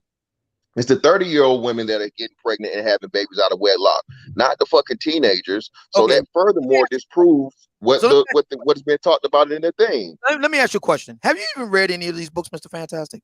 No, I haven't. But again, that doesn't disqualify. Wait. No. See, no. That doesn't disqualify for me. Listen, that does not disqualify me. That does not disqualify me from countering the point if you give the premise. It does disqualify. No, it doesn't. Okay. Here's why it disqualifies you. Because you have not cited any empirical evidence in support of your argument. You made a claim, you made an assertion, but you cited no evidence. I'm citing you evidence. As you're citing me evidence from a 30-year-old book or 20-year-old book. I actually cited evidence from several books. Okay. So tell me the empirical evidence that's the exact same from 20 or 30 years ago. Go. Okay. The exact empirical evidence I can give you that's the same from 30 years ago. The more educated you are, the more likely you are to be married and stay married. That was true 30 years ago. That's true today. What's also true 30 years ago and true today is that the less educated you are, as a general rule, the less likely you are to get married and stay married. That was true 30 years ago, and it's true today. All right, now hold on. Let me counterpoint. So what have both increased since in 30 years? Black men's education has went up in 30 years, but also what has went up in 30 years? The divorce rate. So that's how and why, without me reading the book, I can counter your empirical data, because I have the empirical data to counter what's in the book. Now, am I wrong in anything I just said? Stand by a minute. I got to answer the phone. All right. Aces and the arts in the building. He says lower class issues, but he complains about females all the time. And why would a housewife or HVM be honest about her or his infidelity? Cap detected. Thank you for the super chat, Aces and the arts. Bro Truth in the building. He says there is no 100% sure thing when it comes to women. The second you think she's yours forever, you lost. Every chick has a price, and your chick can be gotten. Thank you, Bro Truth, for the super chat. Appreciate that. Also, I know I saw zero. Let me try to find it. The chat room probably moving fast, so zeros. Oh, that almost disappeared. He says, welcome to the interrupt/filibuster cycle, folks. This is where making a point become an exercise, and I talk more, so I'm writer. Thank you for the super chat, Zero. Appreciate that. And we got Trader MBD in the building. He says, productive black men are killing it out here. If you are still dealing with the dysfunctional American black woman, you are not productive. Thank you for the super chat. Trade the MBD, appreciate it. We're gonna pass the mic to ARC, even though MOT, there I go rhyming again. MOT made it back. Hopefully his connectivity is fine, but we're gonna pass it to ARC. So go ahead, you got the floor, you got the mic. Hold on, wait real quick, ARC, before you go. David Johnson, the asshole, is in the building. He says, what I'm learning is a lot of men prefer pussy instead of power. Get the F out of here. I want power. Shout out to you. Appreciate that. Go ahead, ARC. You got the mic. Well, I'm gonna start off by saying that don't try to come in super mellow. We know you about to. No, I was gonna say that I know young brothers like Zero and a few others like to affectionately see me reveal, as they call it, the panel ARC side. Yeah. But you came in mellow as possible. I'm well, you know, I'm just it's easy to keep it in check because I've heard so many ridiculous commentary, to use the media entertainment industry term. There's a concept known as jumping the shark. Mm-hmm. And I've heard some comments that like, okay, one example. Oh man, he jumped the shark like a motherfucker. This brother said, now this time be calm. This brother said that middle and upper middle class men and women rarely, if ever, cheat and rarely, if ever, engage in polyamory. I did not say that. Okay, what did you say? No, you tell me what I said. Since I jumped the shark, you tell me what I said. You suggested implied that people from upper middle class families are not into cheating, not into polyamorous relationships. No. Tell me exactly what I said, Alan. Go. Well, who's raising their voice now? No. Who's raising their voice now? I'm raising because I'm telling you you're not right. If you're going to clarify then. No, you tell me what I said. I ain't telling you shit. No, exactly. That's right. Exactly. That's right. Exactly. You can't even quote me. That's right. Because you're ignorant. You can't quote depending on books that don't mean shit. You can't quote books you read don't mean shit. Quote me. You ain't experienced nothing in real life. Shut the fuck up. Quote me right. Shut the fuck up. Right, let's try to do this. Obsidian, when it came to upper class polyamory cheating, what did you say? I want Alan to back up what he said. I said. He said, I jumped the shark. Okay, Alan, what did I say? You can't even quote it. Somebody play the archive. Can somebody rewind? Am I wrong in the chat room? Tell me I'm wrong. We're asking you. No. Let me moderate real quick. Let me moderate real quick. Okay. Go ahead. Obsidian said that it occurs less in those things, but I countered that myself because he said they don't do polyamory and they don't have to worry about cheating or infidelity as much. And I gave two notable points in this recent cases would be Will Smith, which qualifies for both polyamory and form of data. Well, hold on. It's not anecdote. Again, it is anecdote. You just how's that anecdote? Do you know what an anecdote is? Anecdote, man. I'm saying you don't know what the. I've been in the life that you have not. You have never been involved in the polyamory lifestyle like I have. I dare you to say that you have. I dare you to say that. Nobody cares. Nobody cares. Hold on. Nobody cares. It's anecdote. I dare you. But hold I'm gonna yell over you. All right. Nobody cares about what you think, Alan. All right. Let's pump the brakes. Y'all on mute. Both. I'm muted both of you. I muted Obsidian. I muted both of you. All right. So it sounds like what we got to do. Okay. Sounds like Obsidian is saying that polyamory is less amongst is it upper class or upper middle class? He said upper class. But no, let me tell you this real quick. Again, one situation would be anecdotal, right? But several amongst celebrities, how often do you hear these just using celebrities? That's rampant as hell, man. Infidelity. How many people? Obsidian always uses this as a point. His favorite person, what's the light skinned dude that had the Why were you something. Well, again, that celebrities are people that are going to be successful and they're going to be rich within the class you're talking about. I said upper middle class. I didn't say anything about celebrities. See, this is the problem. See, this is the problem. Wait. You didn't say upper middle class. I did. I did say that. I did say that. I did say that. You didn't say upper middle class. I did say that. Obsidian. I did say that. See, this is the problem. You were talking about higher earners. And you said I specifically cited Charles Murray, a book that Charles Murray read. See, this is the problem here. This is the fundamental problem here. This is what it's called an informational asymmetry. I have information that none of you have.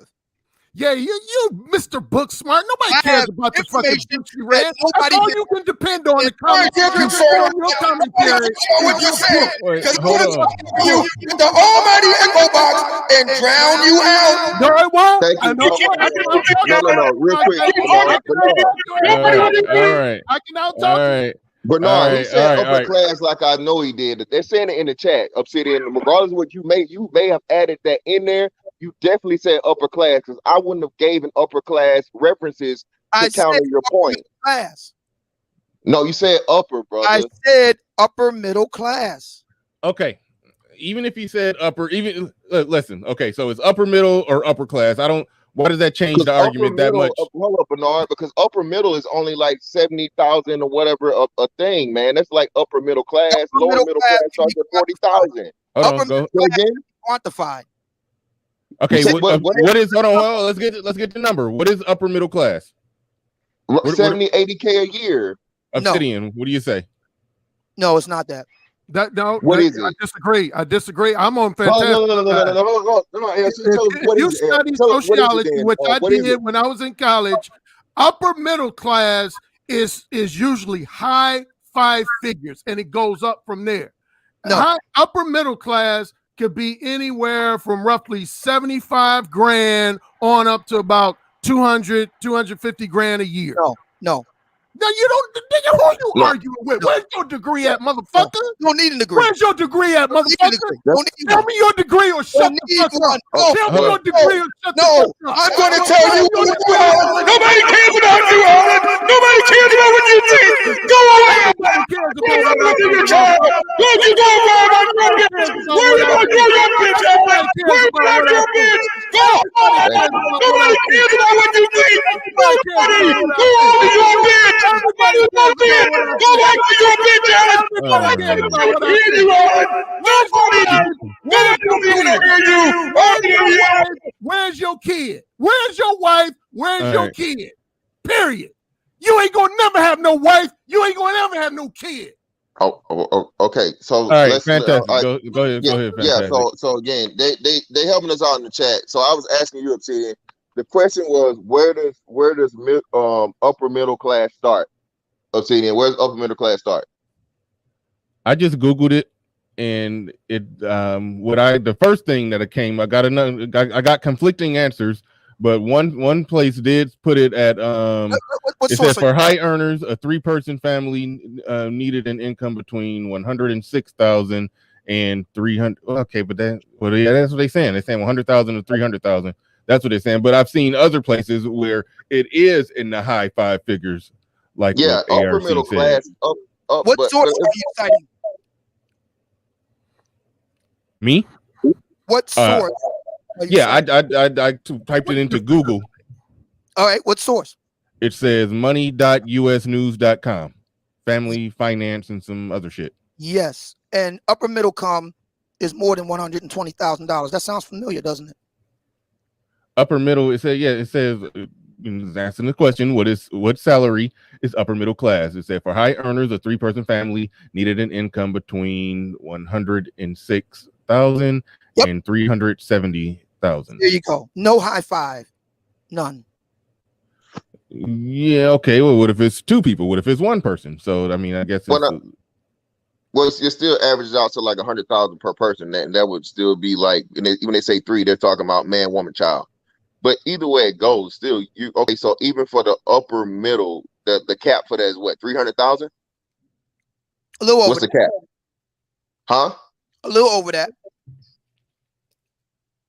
Okay, so but where does it start again? 120. All right, but that's a household, so that's 2 individuals, so that'll be 50,000 per person, Obsidian.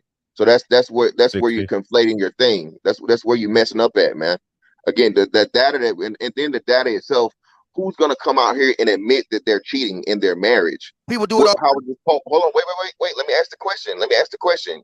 You're citing sources, but okay, how was the data collected from the source? Now you're asking another question. Well, that's important. Yeah, but you just asked one question, then I answer it, then you ask another question. Look, man. My bad. So what was the first question I asked? Well, my bad. I'm gonna back up. I'm backing up. What was the first question I asked you? Your first question you asked was, who's going to come forward and admit that they cheat? My response was, they do it all the time. Then your next question was not to acknowledge that I was right. You just moved to another question. But my bad. I machine gunned the question. That's why I backed it up. All right, brother, go ahead. You said so. What you say they do? Okay. So again, even if they do it all the time, what's the percentage of they? That's not the question you asked. You asked. Well, again, and that's why I'm glad you stopped me, so I can back it up to further delve into the data. That's not the question you asked. The question I'm agreeing with you. I'm trying to answer the next question that you asked. But again, and now I'm going to ask you another follow-up question due to that point to further prove my point. I can't move to that question until I answer the second question that you asked, which was no. We backed it up because, like you said, I jumped the gun, but I machine gunned you. So respectfully, I retract that question. I'm trying to answer your methodology question. Okay, go ahead. The methodology. How do we know that that it was done correctly? There is a process that academic institutions use to gather information, and that's surveys. You ever heard of the General Services, Social Services survey? Yeah, exactly. It's a survey. Yes, it is. Okay, okay. If you know what I can do on a survey? Yes. What? You can lie on it. All right. So everybody's cheating. Yeah, pretty much. See, I don't agree with that. Everybody's not cheating. Well, you cannot agree all you want, but again, what was the last date of the book you were using this from again? Roughly 5 years ago. 5 years ago. Okay, so even from 5 years now to here to current, the social media impact has increased enormously. Women's rights and women's empowerment and all this stuff. I don't think the slut walk was going on 5 years ago. Yes, it was. All these different things. These women are out here. These women are out here saying something totally different now than what they were from 5 years ago. Every day here is just YouTube. There was slut walks 5 years ago. Okay, all right, well, cool. All right, so the slut walks have increased to OnlyFans. So even with that. The OnlyFans was a thing, but not to the level of what it is today, as to where women are quitting their jobs or saying totally forget anything I care about my personal life and my reputation, and I'm gonna put it on the wood, as you say, for the world to see. So again, you have women coming out here. My bad. Go ahead. The vast majority of women on OnlyFans, and we know this from a very recent article in the New York Times. Those are not upper middle class women. Those are at best lower middle class women, and to tell you the truth, working poor, who have to go to OnlyFans to make a living to support themselves and their kids. Well, some of them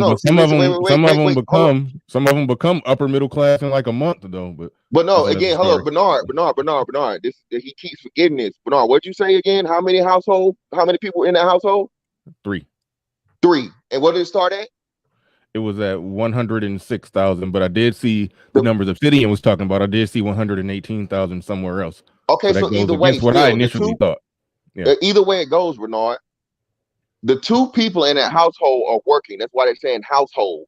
Yeah. The third person is usually going to be a child. So you divide fucking 100, whatever, even 118, that comes out to be what? 59,000 per person. That's what you're missing, Obsidian. You're making it seem like this, this is household, not individual. Household income. There are a lot of people. The women in the very recent, this is last month, article in the New York Times that talked about that. None of the women were earning even $75,000 a year. None of them. All right, let's pump the brakes for a quick second. Hold on. Listen, hold on. 75,000 would be 150. All they would have to earn would be 50, bro. They wasn't even getting that. That's why they wound up on OnlyFans.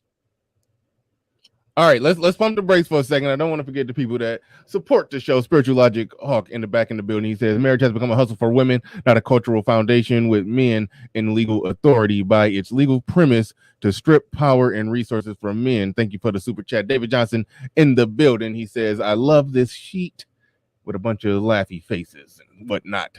Zero in the building. He says, General Palpatine voice, unlimited fuckery. All right, shout out to Zero for that one. JJ in the building says, "Where's Zero when you need him?" Zero don't want no part of this. Zero don't want none of this. Who else we got in here working backwards? Eric Bird says Bella Thorne and Cardi B are on OnlyFans. Cardi B is on OnlyFans. Is she doing OnlyFans stuff on OnlyFans? I doubt it. How would she do that? She can drop an album and make just as much. All right. Also, who we got in here? T Riddler in the building. Philly dudes gonna do Philly shit. That's Obsidian's ignorant ass for you. Always majoring in the minors when he can't stand on his point. Shout out to ARC. Let's just move right past that for now. Oh man, let's not even bother to respond. Jaws 2003 says this conversation got derailed. I wanted to hear Alan's point. I was about to pass it back to Alan because I do think ARC. Well, no, I'm gonna go to MOT because he's the lead of them. See if he actually has anything to say on the recent back and forths that happened on the panel. But then I want to go to ARC because ARC did sound like he was trying to build towards a point, but him and Obsidian got to throwing as Fantastic said, throwing canes and walkers at each other. But he said this conversation got derailed. I wanted to hear Alan points. All this fussing about petty points solves nothing. Thank you for the super chat. Appreciate that. And we got Morgan Freeman in the building. That name in that picture is too damn funny. Shout out to Morgan Freeman. The almighty troll is checking in. Shout out to you. All right. And wait, there was somebody else who just came through down at the bottom. Who is that? Skizzy in the building with a super chat. Appreciate you. And I think that's it.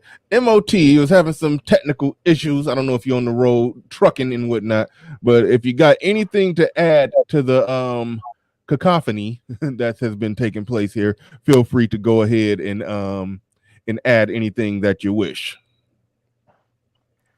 I think kind of in the middle, and I'm not hedging my bets here, but they're both right. But even more right is choosing to deal with whatever system you want to. I am a male advocate for black men. I don't care about the system that's here. I want to actually see it work actually for men because it's working very well for women, regardless of the femininity or whatever they bring to the table. I'm an advocate for men, things working for men. I'm just saying that at the end of the day, I want more male choice not to deal with this stuff, choice to have discipline, because a man isn't supposed to be on the market like this is some wild ass jungle shit.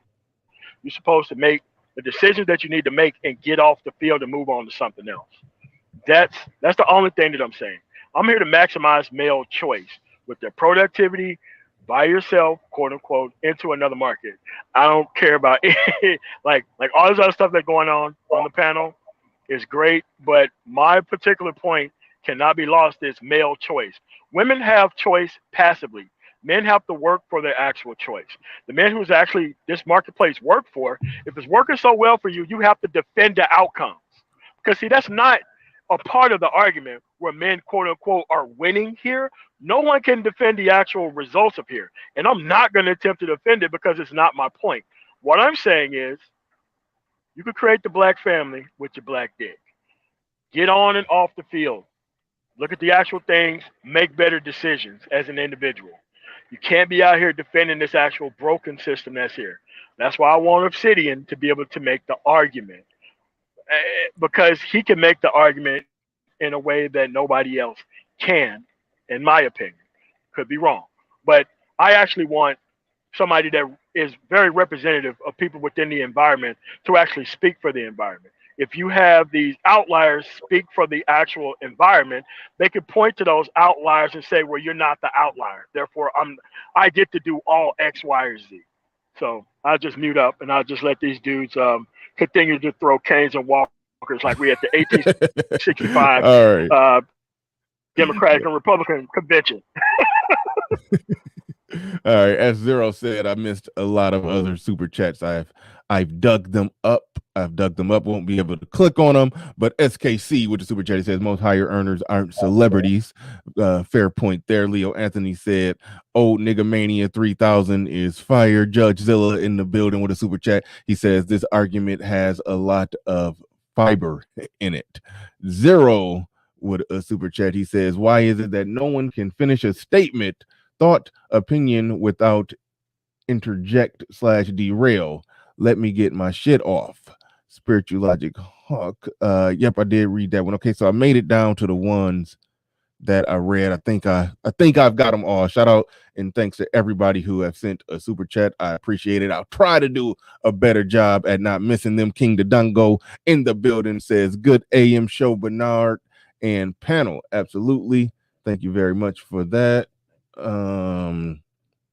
We also got Ash L says the hardest choices require the strongest wills. Thanos, the greatest villain of all time. Most ninjas have no willpower in the community.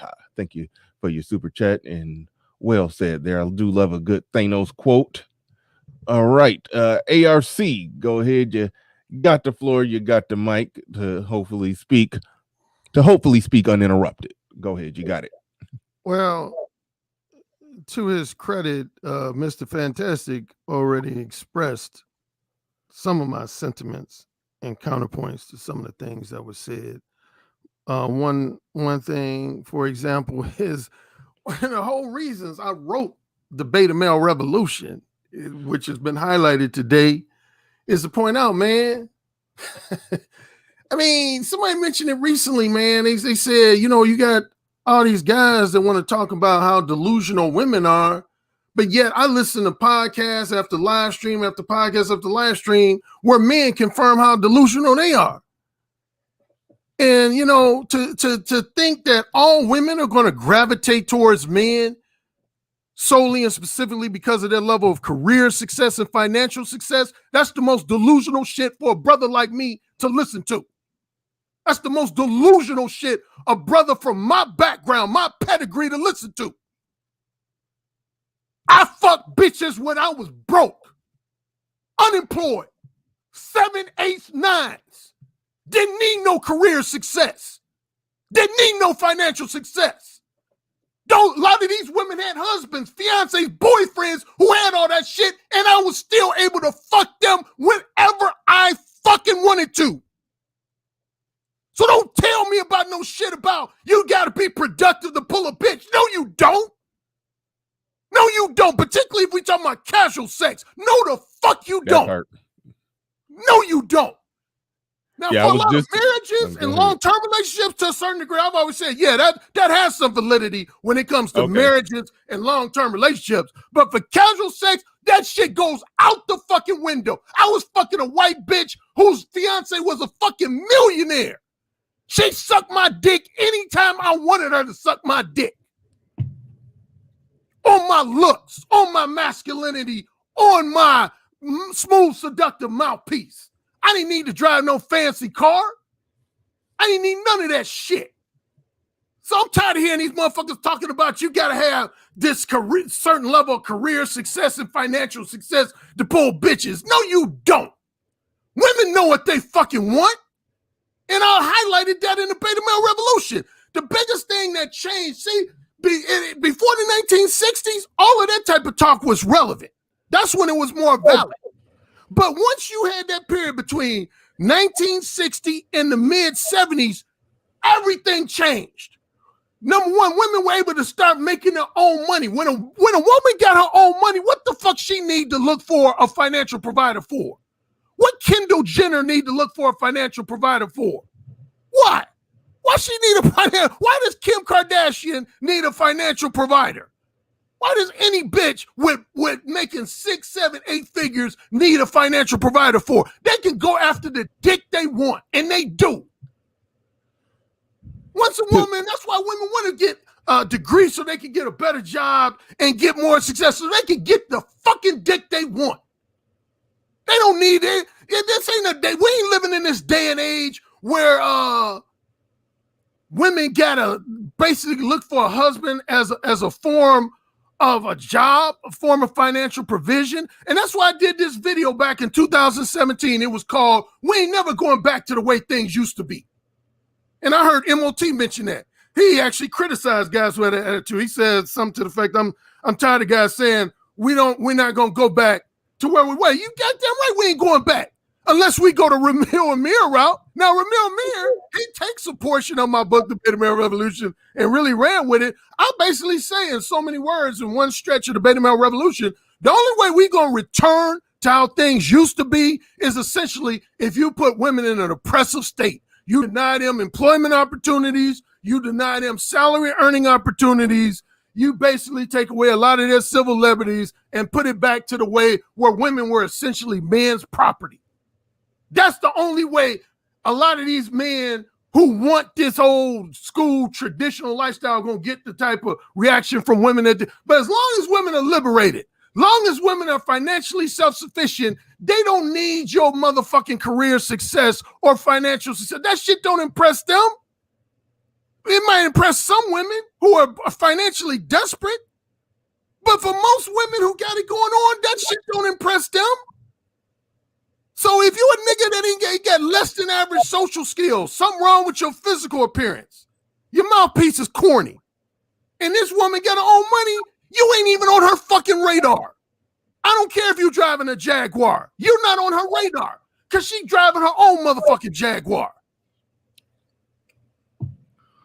All right, I'm gonna pass it to Obsidian. I do want to say that as far as what MOT was talking about and what Obsidian was talking about, I don't think that they were talking about being successful just to get a random or casual sex piece of ass. And you did make the proper distinction that if a woman is talking about an actual relationship, an actual long-term relationship and or marriage, then yeah, a man's success and all of that does come into play. But you are absolutely 100% right. If we're talking about casual sex with women who can put their own roof over their head, even though they ain't all driving Jags, but they can put a roof over their own head, got running water, electricity, and food, then yeah, they're gonna fuck who they want and fuck who they don't. That part is absolutely true. So you know, the main women that want a financial provider, plain and simply, is women who, number one, just plain and simply don't really have any money of their own. And number two, ideally want to live the lifestyle of a housewife and stay-at-home mother. Like, but are we talking? But wait, hold on. Are we talking? Because I don't want to go all the way to the extreme of a woman looking for some 200K financial provider so she could just be sitting up, sipping lemonade on the balcony at 12 noon every day. A woman who just simply wants a family and understands the importance of a man being there, that woman will make more sensible decisions and won't be like, okay, I got food, water, and electricity, so I'm just gonna just have random sex with whoever I think, whoever gets my pussy wet. There is a balance there where a woman with her, I don't know if to say with her head on straight, but a woman who actually wants a family and understands the importance of a man being there, that's where the productive man has some value on the market. When people are having these conversations about money and a man being productive, if all they're talking about is them getting their dick inside of a vagina, then yeah, they going down a completely wrong route. That ain't gonna help them get random sex. But it comes down to if MOT and Obsidian are talking about actual long-term relationships, then their points are carrying more weight, wouldn't you say? But here, yeah, I would say they carry more weight, but here is even there. Like, honestly, I was getting a little irritated with this kind of, I'll put it as an anti-good-looking guy, anti-pretty boy sentiment. Here's the deal.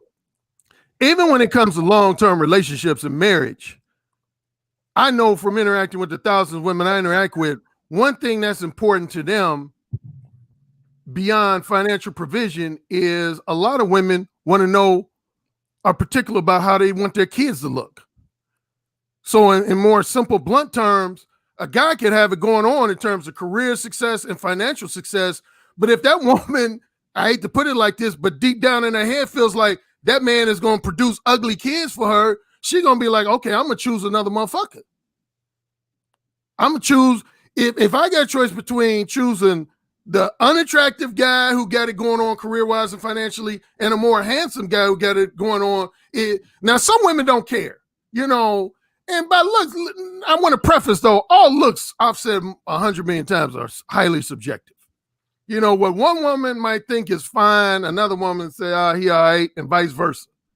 You know, so there's no one objective standard for a man's looks. Some women emphasize face more, some women emphasize physique more, you know, and so on and so on. So when you talk about the looks thing, it's all subjective. But I'm just saying, you can't totally discount looks, though, just because you're a quote-unquote productive guy or highly successful guy financially, because women care about their kids. Yes, I can. Yes, I can. I used to have many women that would say to me, Alan, I would love to have kids for you because I know you would produce good-looking kids. All right, we're going to go to Obsidian, but we're going to go to MOT now. MOT said you can discount looks because you're productive. Go ahead, you got it. Yeah. No, the thing is, I'm not here to make the argument for women. I cannot make that here enough. I'm not an advocate for women. I'm an advocate for men. That could be the system that she's running. That's fine, but you can make up your own system once you got your shit together. And yes, a woman should. Hold on a second. Yeah.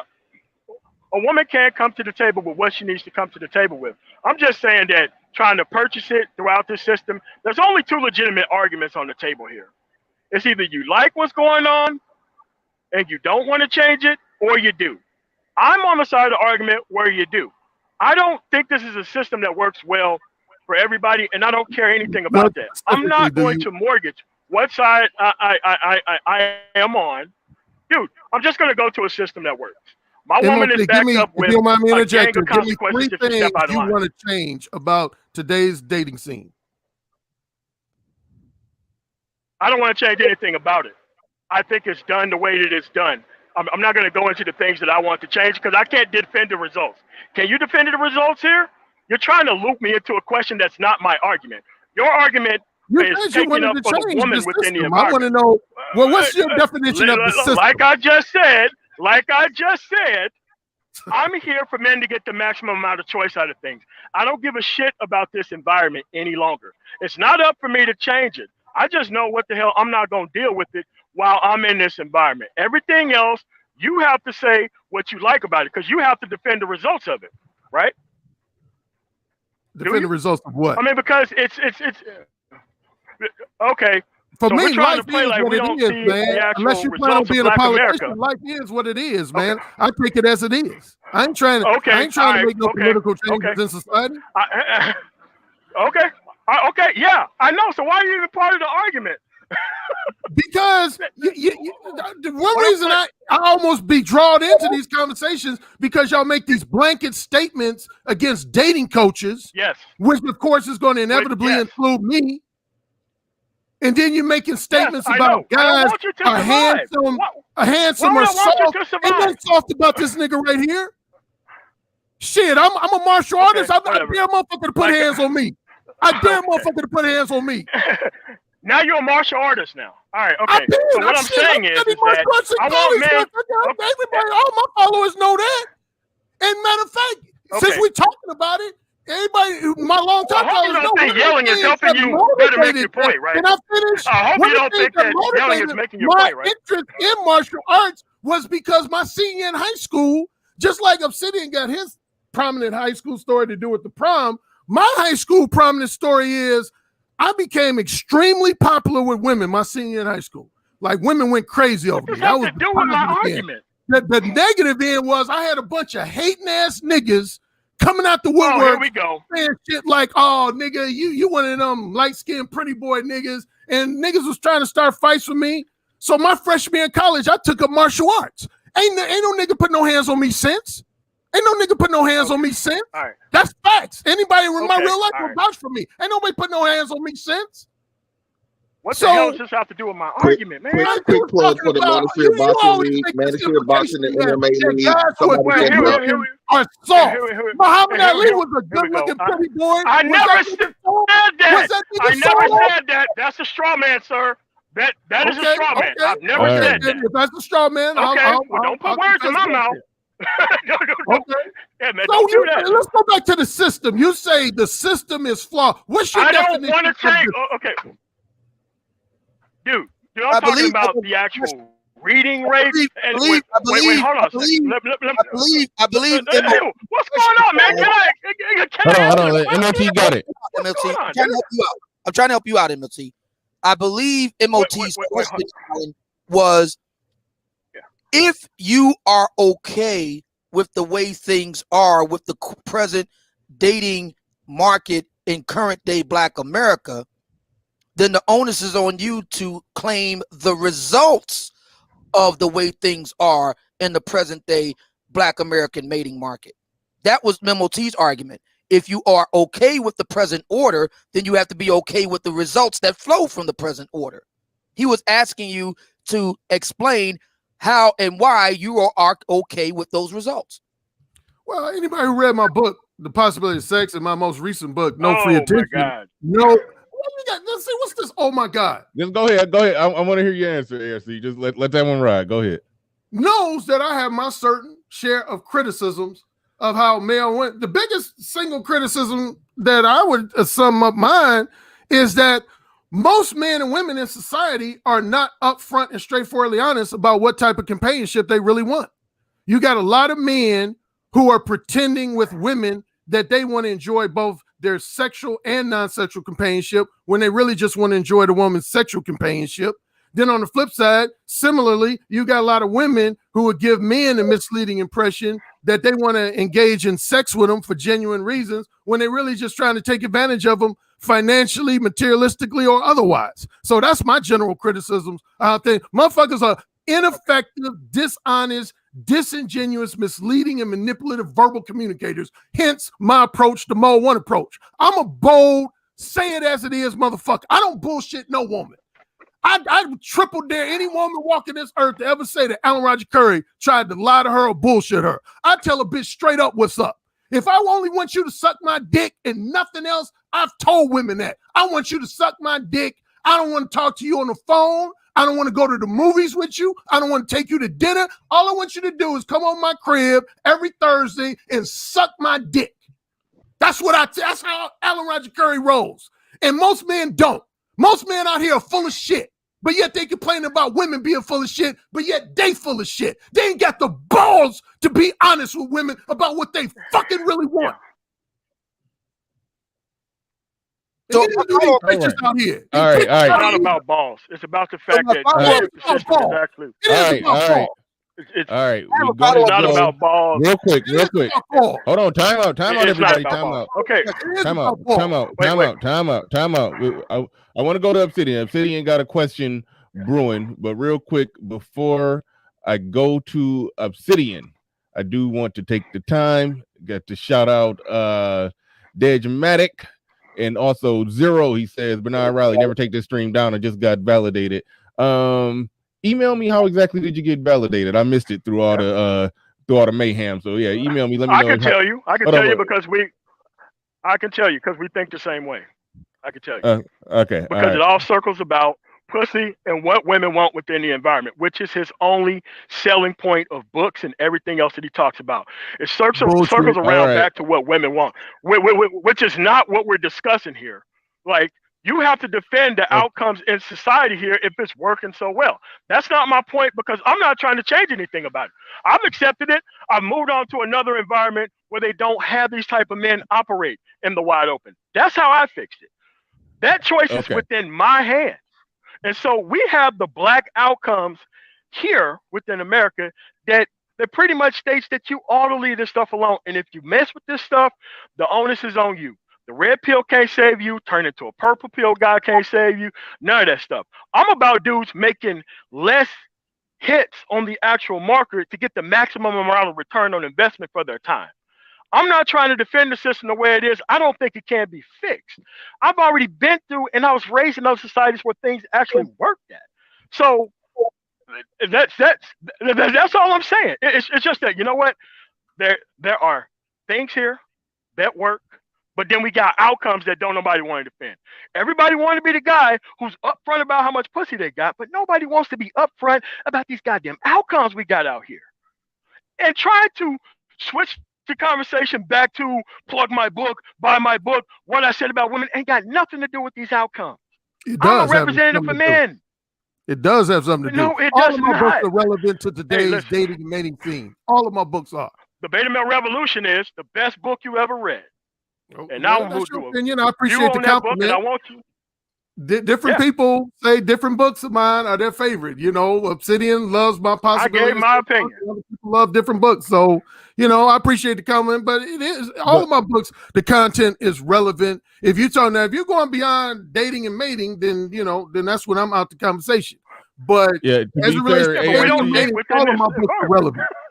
All of my books are relevant. Hold on. To be fair, ARC did say that as far as outcomes in the community, black community, he didn't explicitly say he don't care about that. He said in the context of his books, that ain't his territory. Exactly. Remember he said he said that like 2 years ago. But context of his books gets rid of the actual outcomes. I care about the outcomes that led us here. That led to them having so much power. And that's why I do think that's what I'm about.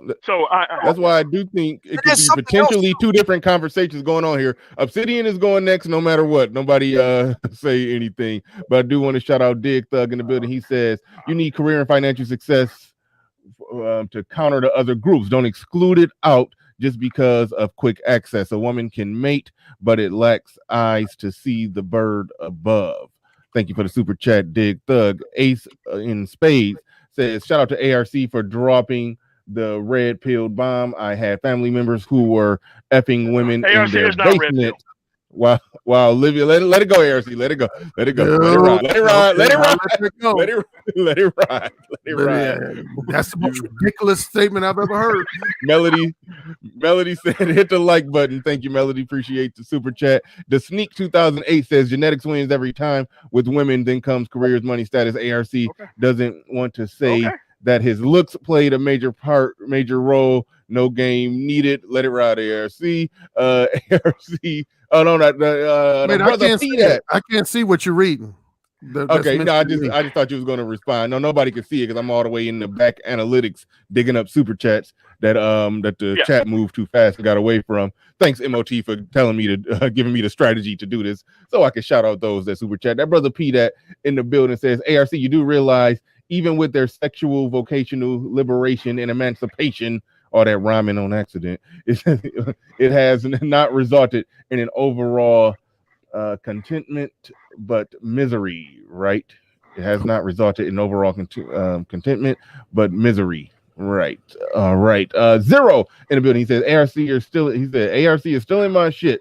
I've been making the anthropology genetic argument for like a year now. All right, that's the end of the super chats. That was right there. Goodman said Malcolm X was right. Magneto was right. Brother Oheen was right. And we're going to go to the old man. I'm just doing a quick scan, double check, see if I got any other super chats. All right, we're going to the old man. And you had a question brewing.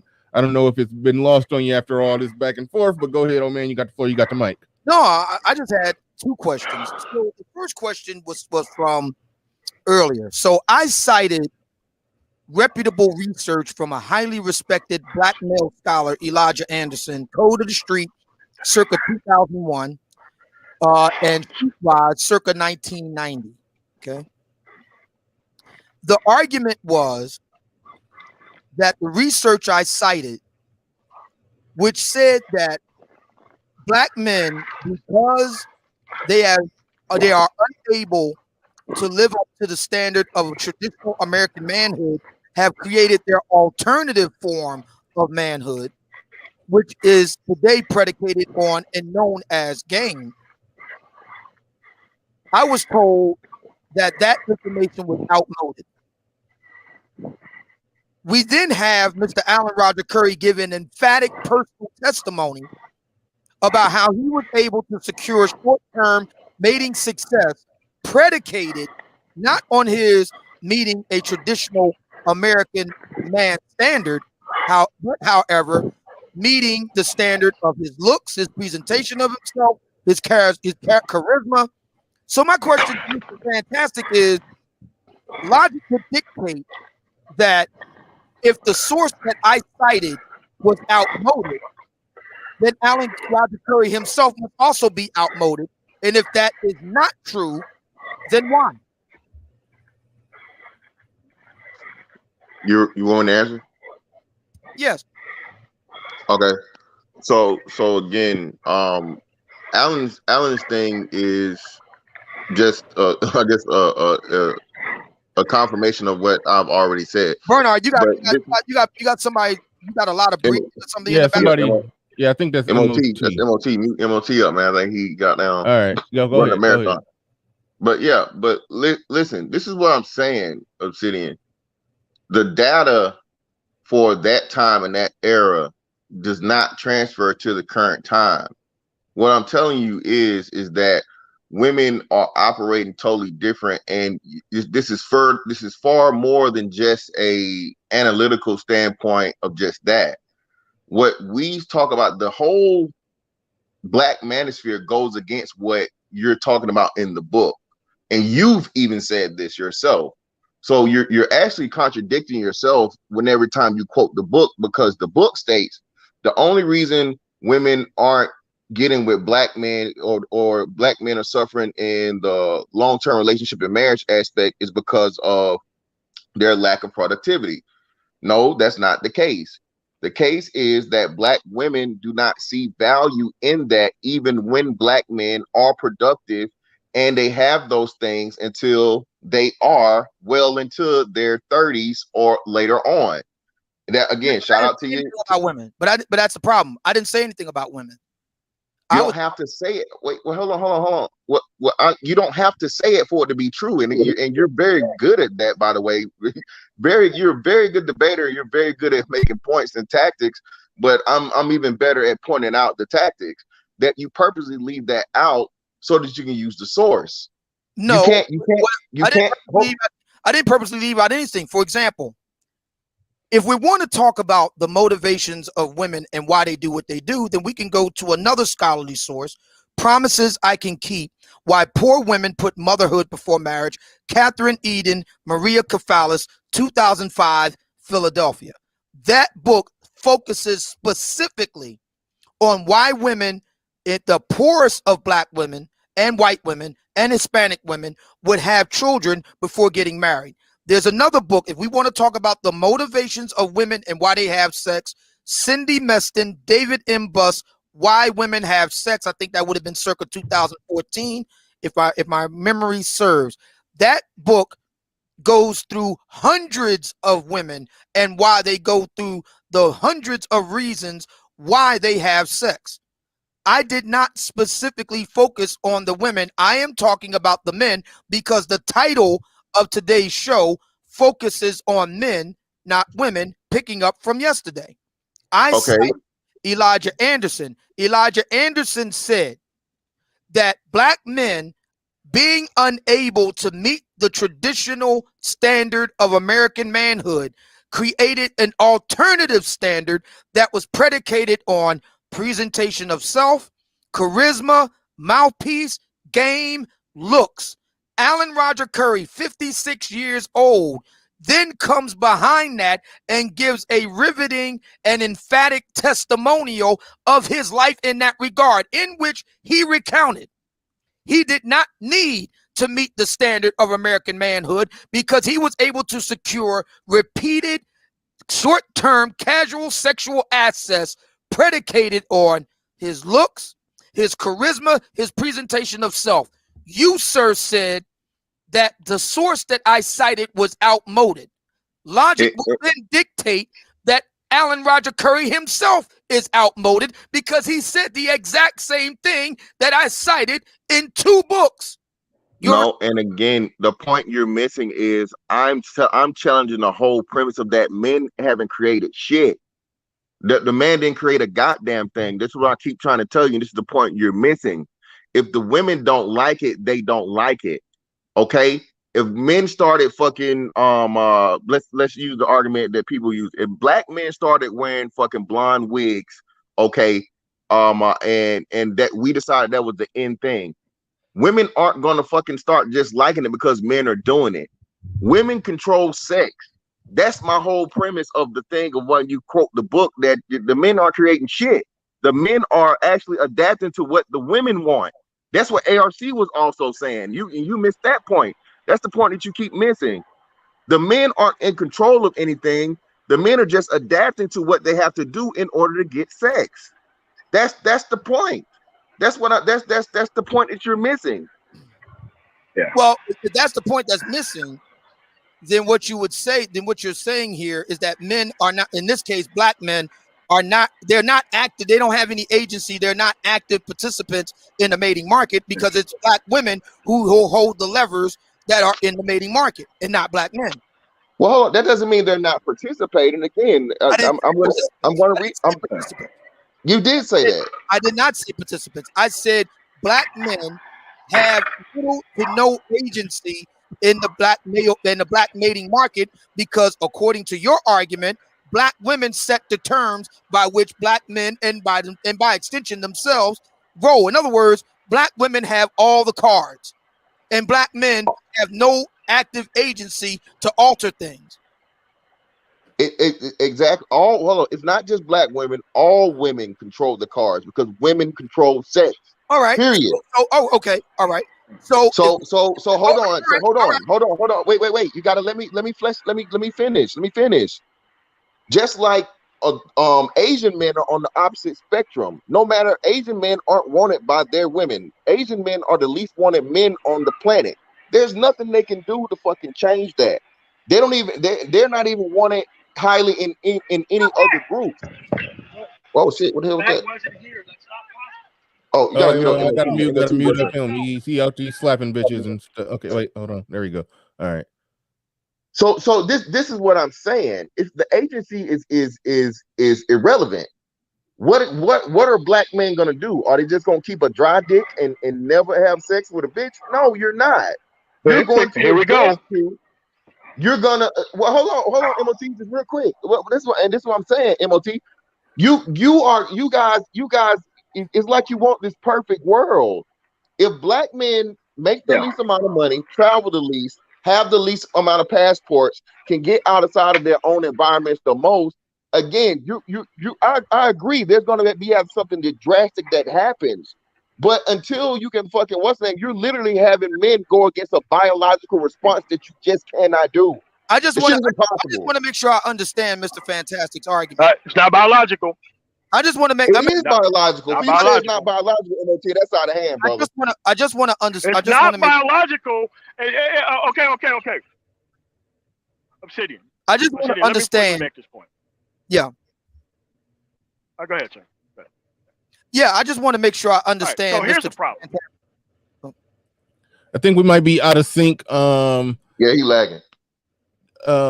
He's lagging. So go ahead, Obsidian. Yeah, I just want to make sure I understand Mr. Fantastic's argument. His fundamental disagreement with Elijah Anderson is that the focus is wrong. The focus should not be on black men at all. It should be on black women. Am I right?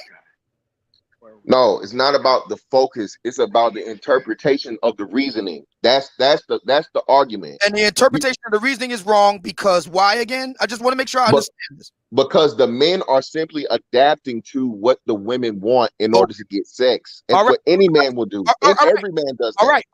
All right. So women are the ones who must change. Men have no responsibility whatsoever to change. No, now you're going to another extreme. I don't think and of course, I'm that. not saying that, but what I'm saying is even black men have changed, Obsidian. Now we get into the point of where even though you try to go extreme to the moon with it, I can bring it, I can wrangle this in. Black men have done this consistently over the 30-year period since the book was written, or even the 20 years. Again, the prison rate have went down, the education rate has went up, the salary and more. I'm going to use your own stuff against you, Obsidian. There's more black men in the middle class now than ever in the history of this country. So again, black men have been doing all of those things, but yet and still you have I think it's 60% of black women that are having kids with multiple dudes outside of wedlock. Right. At a 70%, and the single mother rate has increased and gotten worse. Right. So even as black men are doing that, and shot to MOT's point, this is what I'm saying. There are more black men dating out. There are more black men traveling. There are more black men opening up their options. But due to biology, sociology, anthropology, shout out to Zero, there will never ever be a point at where any race dates and mates out at a 51% rate. You're always going to get with your own people the most and first. I don't recall that being a point of contention between us. Well, it's not a point of contention, but it's important for context. It's important for context. I think I get what Fantastic is trying to say. Let me try to explain it this way. Okay. When all the movements coming out of the 60s and 70s happened, a part of that, shout out to ARC, a part of that was women wanted the freedom to basically fuck who they want when they want without social criticism. That's the world that we live in. That's the world that ARC was talking about. Now, prior to all of that, men provided. There was various levels of providing. It was a lot of work and poor going on. But at the end of the day, a man provided. And if he's providing a house for a woman, he is meeting the standard of manhood. What Fantastic is saying, women ran away from that standard. Society let them pass laws to enable them.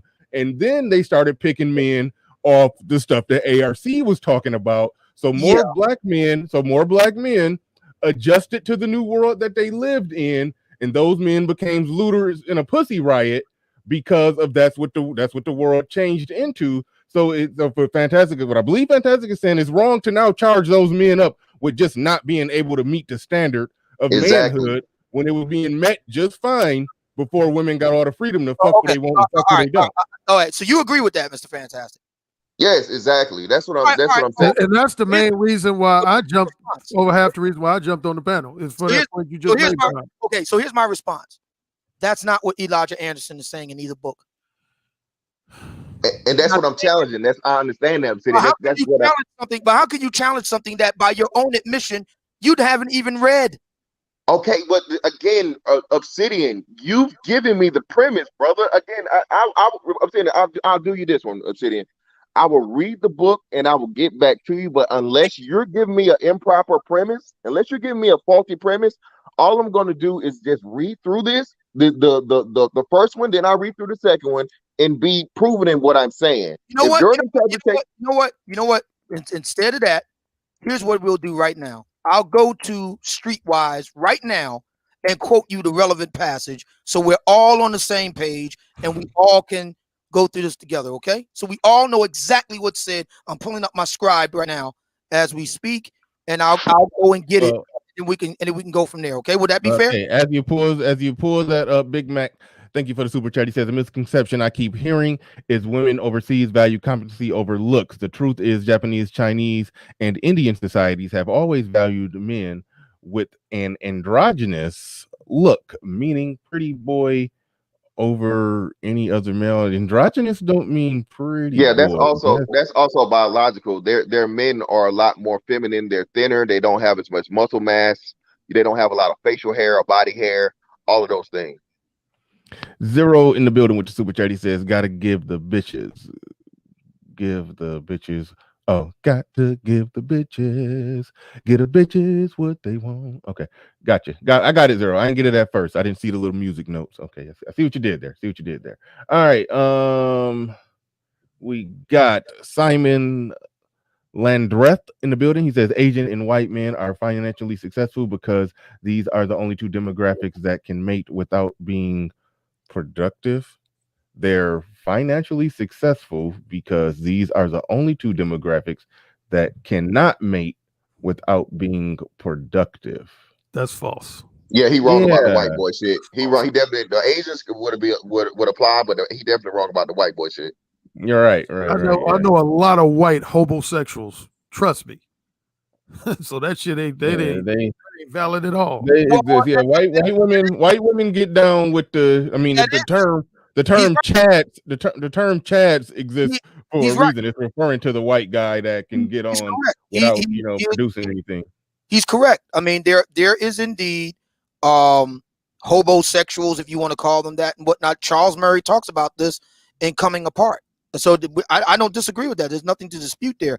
What's in dispute at the moment is the argument that black men, how did black men come to where MOT is addressing it?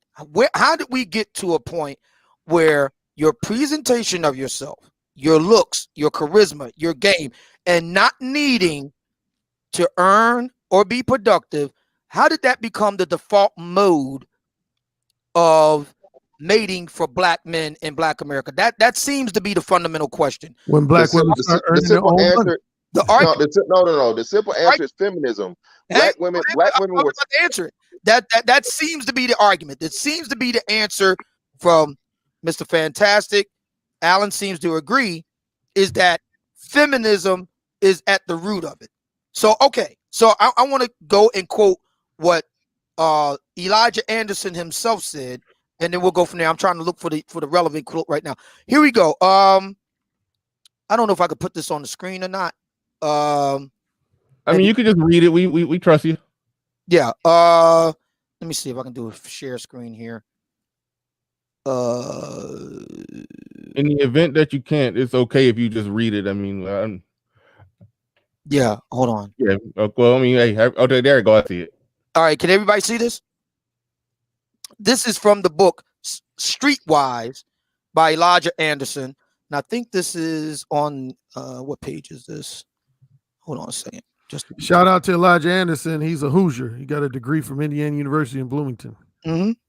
And taught at Yale. He's at Yale right now. And when he wrote Code of the Street, and I believe Streetwise too, he wrote both here in Philadelphia. He was at the University of Pennsylvania. Shout out to that. All right. So page 45, Sex and the Dream. Let me see this. Here we go. As boys and girls try to use each other to achieve their own ends, the reality that emerges sometimes approximates their goals, but it often brings frustration and disillusionment and perpetuates, or even worsens their original situation. In each sexual encounter, there's generally a winner and a loser. The girls have a dream, the boys a desire. The girls dream of being carried off by a Prince Charming who will love them, provide for them, and give them a family. The boys often desire sex without commitment or babies without responsibility for them. It becomes extremely difficult for the boys to see themselves taking on the responsibilities of conventional fathers and husbands in view of their employment prospects. Yet the boy knows what the girl wants and plays that role to get sex. In accepting his advances, she may think she is maneuvering him toward a commitment, or that her getting pregnant is the nudge he needs to marry her and give her the life she wants. What she does not see is that the boy, despite his claims, is often incapable of giving her that life. For in reality, he has little money, few prospects for earning much, and no wish to be tied to a woman who will have a say in what he does. His loyalty is to his peer group and its norms. When the girl becomes pregnant, the boy tends to retreat from her, although with the help of pressure from family and peers, she may ultimately succeed in getting him to take some responsibility for the child. To many inner city black male youths, the most important people in life are members of their peer groups. They set the standards for conduct, and it is important to live up to those standards to look good in their eyes. The peer group places a high value on sex, especially what middle-class people call casual sex. But though sex may be casual in terms of commitment to the partner, it is usually taken quite seriously as a measure of the boy's worth. Thus, a primary goal of the young man is to find as many willing females as possible. The more pussy he gets, the more esteem accrues to him. But the young man must not only get some, he must prove that he is getting it. Consequently, he usually talks about girls and sex with any other young man who will listen. Because of the implications sex has for their local social status and esteem, the young men are ready to be regaled with graphic tales of one another's sexual exploits. The lore of the streets says there is a contest going on between the boy and the girl even before they meet. To the young man, the woman becomes the most profound sense a sexual object. Her body and mind are the object of a sexual game to be won for his personal aggrandizement. Status goes to the winner, and sex is prized not as a testament of love, but as a testimony to control another human being. Sex is the prize, and sexual conquests are a game whose goal is to make a fool of the young woman. The young men describe their sexual campaigns. So what's this passage? Getting over. Yeah. Hang on. As getting over young women's sexual defenses. To get over, the young man must devise a game whose success is gauged by its acceptance by his peers and especially by women. Relying heavily on gaining the girl's confidence, the game consists of the boy's full presentation of self, including his dress, grooming, looks, dancing ability, and conversation or rap. End of quote. What is my point? My point is very simple. Alan Roger Curry just gave an emphatic testimony laying all this out. It just came right from the book. That book was written in 1990. Yeah, but again, what's the context of it being said? This is nothing out of the norm of any type of mating rituals or mating things for even animals. Obsidian, fucking peacock, brother. The peacock with the biggest fan gets all the bitches. So again, this is why I say when this shit gets said, and no disrespect to the scholarly brother, by all means, but he's not describing anything outside the norm. Every man does something in order to attract women, period, as women do the same thing with men. So my point is, from what that has nothing to do with what you described, by the way, or your summation of the book. This is totally had nothing to do with that. What you're describing here is nothing out of the norm, man. You can see this shit in the animal kingdom. Well, if we're going to cite the animal kingdom, then we can also cite the fact that, for example, there's a certain type of bird in Israel, and this isn't unique to them. Birds in general, the female bird will inspect the male bird's nest to see how nice the nest is. The better the nest, the more likely she will choose to mate with him. The more sparse, the less likely she will choose. Okay, that's anecdotal. The point is, hold on, wait, Bernard, that's anecdotal. That's anecdotal. No, it's not. That's anecdotal. No, it's not. Yes, it is. No, it's not. Yes, that's science. No. That's okay. Well, hold on. Well, no. Well, again, even though it's science, it's the least and one of examples of how a mating ritual is chosen or a mating partner is chosen versus physical attributes and aesthetics. Hold on a second. In the book, The Evolution of Desire, Strategies of Human Mating, the chapter What Women Want, they outline over 10 specific things women want in a mate worldwide. Number 1, economic resources. Number 2, status, social status. You want to know where looks ranked, Mr. Fantastic? It ranked I think it was number 6 or 7. Okay. Now come on, Obsidian. You know about the book by Daniel Bergner called "What Do Women Want?" that prove that a lot of these books. See, I don't disrespect books. I'm a book author myself, but a lot of these books that highlight these surveys and results, a lot of them are bullshit, man. And if there's again one author who points it out, is Daniel Bergner, because women are not going to be real about what they want in a way sexually. They ain't gonna be real. Daniel Bergner points out He did a bunch of tests that showed that women are full of shit whenever you put them in a position of being surveyed. When they're surveyed, they're going to say, yeah, I want the guy who's nice and sweet and educated and treats me right. That's all bullshit. I like to respond to that. That's all bullshit. Daniel Bergner is not a scientist. Daniel Bergner. I trust his book over Daniel Buck's book. Facts. Let me finish. I trust his book over Daniel Buck's book. Let me finish. Daniel Bergner, whose book I have read, and it's a good book, but he is not a scientist. So, David, let me finish. He followed scientists. Let me finish. You can't say he didn't. He shadowed scientists. He won't let me finish. He shadowed scientists. He won't let me finish. Go ahead, man. Go ahead, Obsidian. David M. Buss is a scientist. He literally wrote the book on evolutionary psychology. Yeah. Literally. Out of the University of Texas at Austin. I interviewed the man. So what? So what it means I interviewed Daniel Bergner. We even. Yes, that's right. But what it means is that Daniel Bergner is not a scientist. David Buss is a scientist. Daniel Bergner, and you're welcome to trust anything you like. But what I'm saying is that you're free to your own opinions, but you're not free to your own facts. It is a fact based on research that women are full of shit. It is based on research. It's the fact that women are not truthful when they're surveyed. It's a fact. It ain't an opinion. I did not say. It's a fact. I did not say that women cannot lie. I never made that argument, sir. What I said was that women worldwide consistently, everywhere, throughout time, see a man with resources as very attractive over men with not.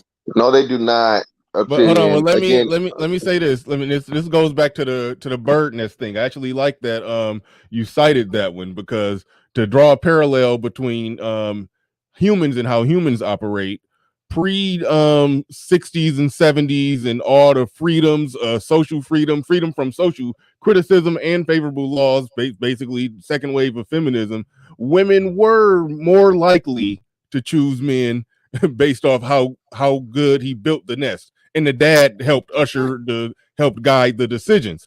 Post that time, they start choosing more on the physical genetic peacocking ways to go about it. But if that was I point out in the Veteran Revolution, exactly, in the 60s, a lot of fathers demanded that their daughters choose a husband who was, financially self-sufficient, going to provide for the family. That was like a mandatory requirement of the father. But what happened with the second wave of feminism, in overly simplistic terms, is women said, "Fuck that, Dad.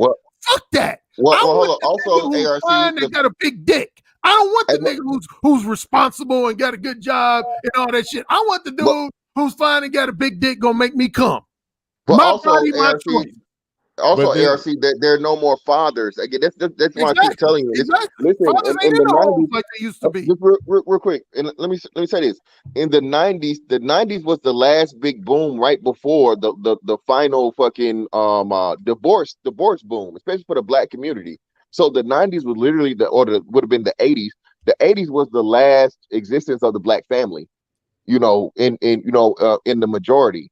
So this is why I'm telling you, I'm not eliminating the brother's work or whatnot, but I'm telling you, it just doesn't stand up over time. There are so many nuances and other things that are important very contextually that gets left out. If you just look at the data, okay, well, the data's here, the data says this. Oh, no, you can't just go by the data. Here's the thing, though. Streetwise, I think it is accurately describing what's happening now. I don't know if it goes back to the root causes. I hate when people say that. I don't know if it goes back to the root causes of why things started to change. I think the stuff that Obsidian talks. Okay, good. I mean, the stuff that ARC talks about in the Beta Male Revolution has a lot to do with it, and it's bigger than what. I don't know if he does this, and you can correct me or let it be known. Obsidian is, and because it sounds like you are saying, and that's where you and Fantastic had some back and forth, that you basically just. It shorthands it to say that black men engage in all of that because they don't meet the traditional requirements, and this will go back to what the average man of other races meet. Well, it's really not a whole lot either. So it comes down to a woman in her choices.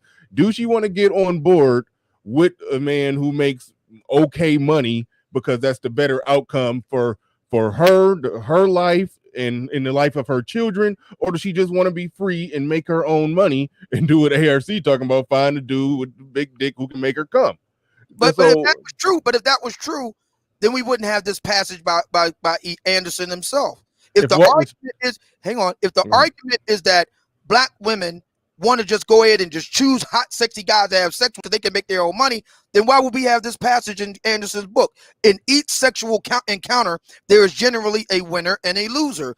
The girls have a dream, the boys a desire. The girls dream of be carrying off by a Prince Charming who will love them, provide for them, and give them a family. And this is where I think hold on, time out. Obsidian, Elijah Anderson, I think he just proved in that statement that he's very damn blue pill. And it's time. Hold on. With all due respect to Elijah Anderson, and I've pointed it out, and Fantastic has already pointed it out. Here's the game plan that I laid out in. To Elijah Anderson's point, he's saying basically that women ideally they want to dream. I don't disagree with that, but here's how it's being played out in modern day society. See, again, back in the day, they immediately went for the guy who was the quote unquote total package, who was going to be the loving husband, the financial provider, and all that. The modern day game playbook is this: I'm gonna fuck a bunch of hot, sexy niggas when I'm in my 20s, my teens and 20s, and then when I hit 30, then I'm gonna go find the loving husband type and the financial provider type. And what I'm basically saying in the beta male revolution is that guys are enlightened now, and guys who fall into that category who are being targeted once a woman turns between 30 and 35, they said, no, bitch, I don't want you. You don't fuck all the hot alpha males. I don't want your ass. I ain't gonna marry you now. You're saying that in 1990, it was different. Yes. I'll say start with the 70s. Women start operating like that. They was gonna fuck as many dicks as they wanted to fuck. This book was written in 1990, and it was not based on. It was not based. I don't care about the book. I'm going on my life experiences, man. Women want both. But I would say this. One or the other. Why should we want both? They want the hot, good dick nigga, and they want the loving financial provider nigga. Why should we listen to Alan Roger Curry over Elijah Anderson's field research? Why? They both did field research. Why should we listen to Alan Roger Curry's over Elijah Anderson? And why should you listen to Elijah Anderson over me? But why should you listen to him? Listen. I'm not disparaging Elijah Anderson. I'm not saying discount it. You want to ask a question over a question? But hold on, I'm not saying discount it. Again, I'm telling you, put it into its proper perspective. And shout out to Bernard. Bernard just brought up again. Elijah Anderson is not looking at this from the red pill or black pill perspective whatsoever. Again, he's still talking about a woman. Hold on. He's still talking about a woman having a girl, boys and girls for one, boys and girls. Words mean things. And then secondly, he's talking about a girl having dreams of Prince Charming. If you were to say Prince Charming to like a 20-year-old black woman, she wouldn't even know the fucking reference. Exactly. So again, man, like I said, as time goes along, certain things just don't hold the same amount of weight, Obsidian. I can't believe we're having this discussion. So give me a point where it would be more relevant. Since 1990, y'all guys are talking about events that happened in the 60s. That's relevant, but something that happened in 1990 is not relevant. Okay, fine. Give me the point at which it becomes relevant. What the point at what becomes relevant?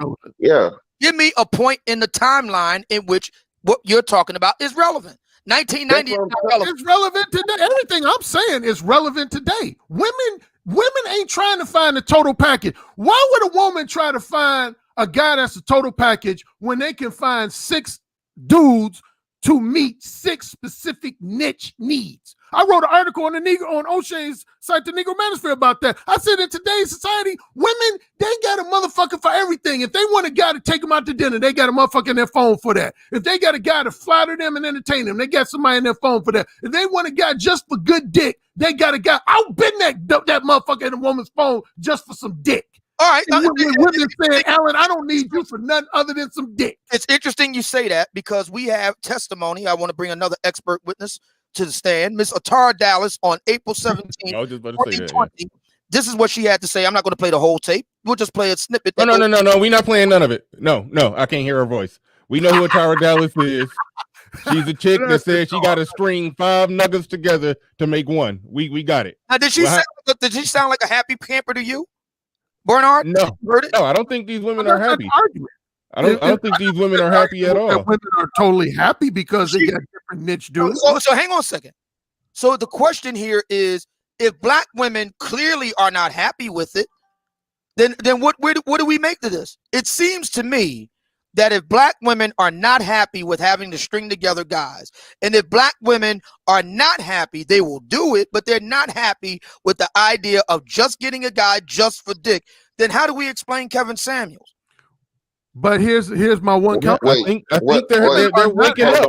Most of them are not happy, but my one counterpoint is it's obvious by the events that happened in the 60s and 70s when we had a more traditional dating lifestyle. Women weren't happy. Matter of fact, the woman, I'm saying, you said you saw this movie. I know I went to the premiere in LA.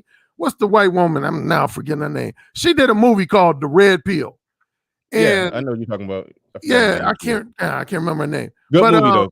There was one brief. I always point this out. The whole movie was pretty good. It was good. I liked it, but it was good. But I don't know if you remember. It was a real brief scene, but the scene visually is showing this woman on her wedding day at her reception dancing with this guy. She looks totally like unhappy.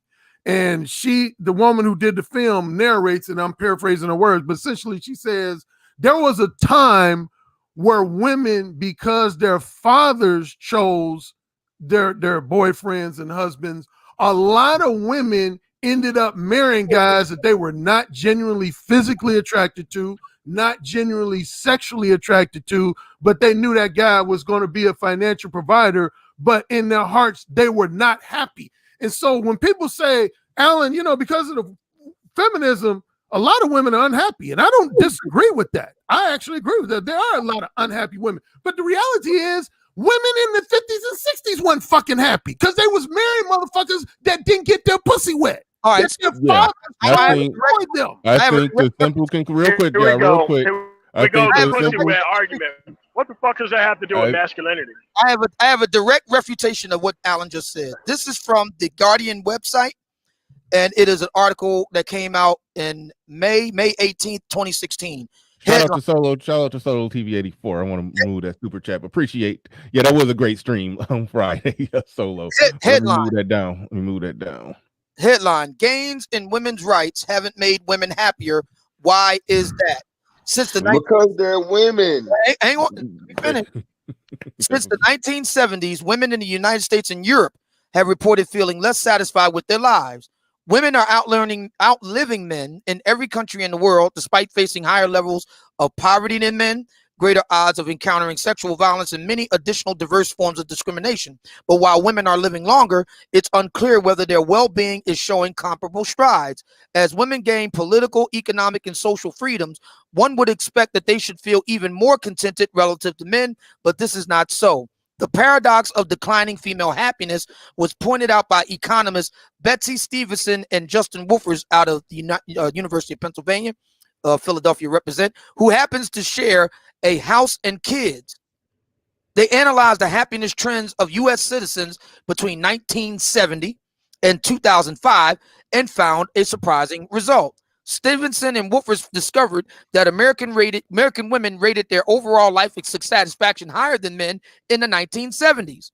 Thereafter, women's happiness scores decreased, while men's scores stayed roughly stable. By the 1990s, women were less happy than men. That same time that Streetwise came out.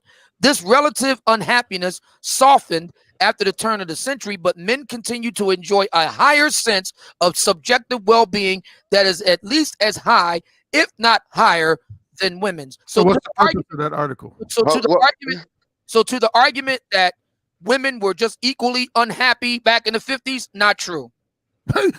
No, I think when we got evidence of the sexual revolution and the second wave of feminism, so you just gonna discount that shit?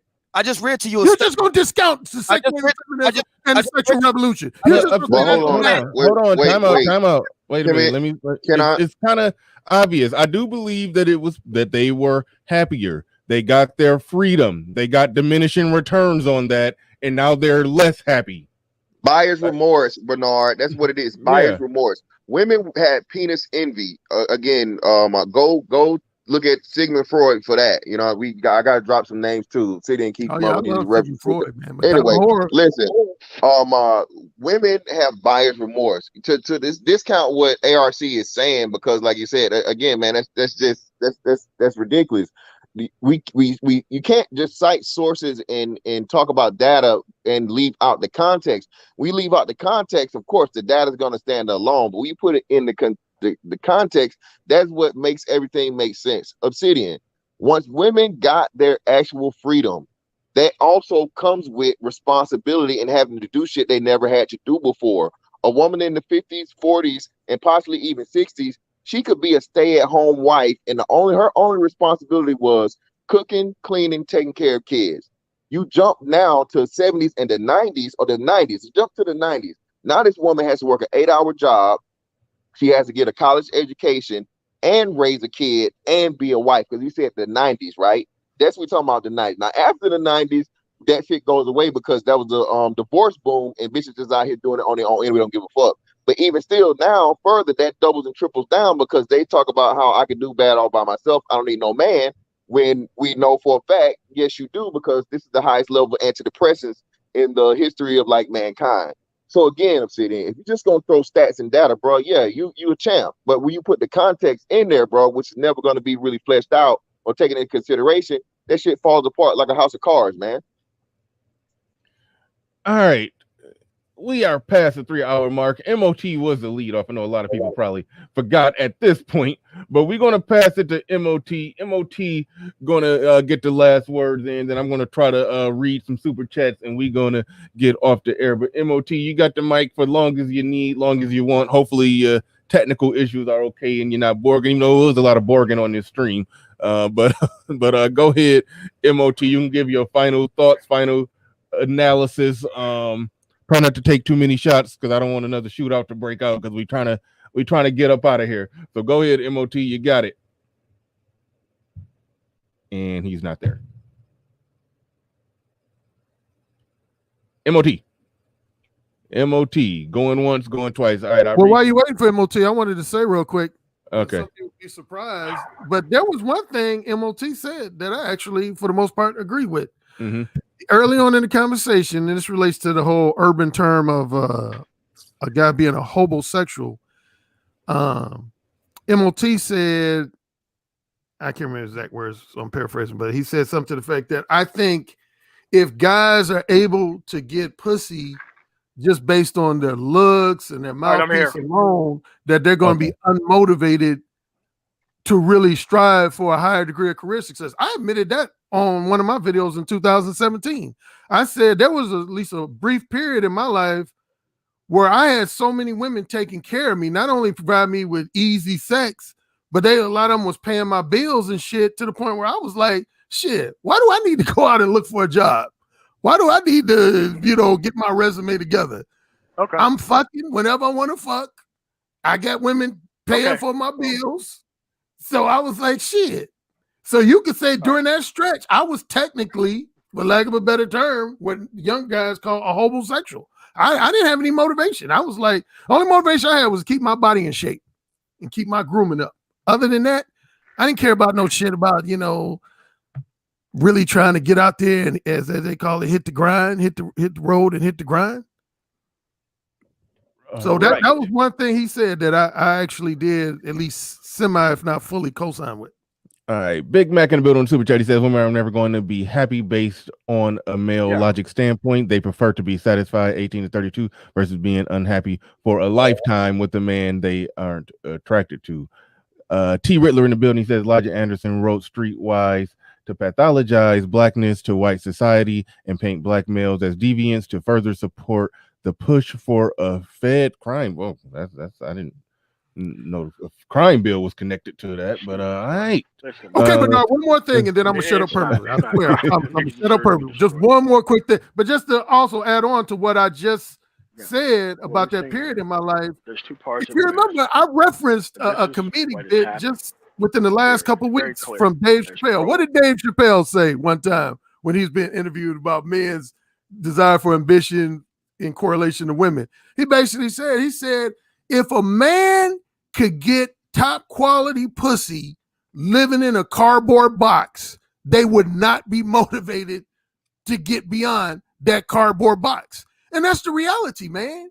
A lot. And Napoleon Hill, the author of Think and Grow Rich, he said it in a more lengthy, eloquent form, but essentially he said the same thing. He said the number one driving force for most heterosexual men to achieve career success and financial success is to either improve the quality of their female companions and or the quantity of their female companions. So that leaves the conclusion, if you could pull the quality of women you want and the quantity of women you want without being a millionaire, without even earning six figures, what would be your motivation to do so?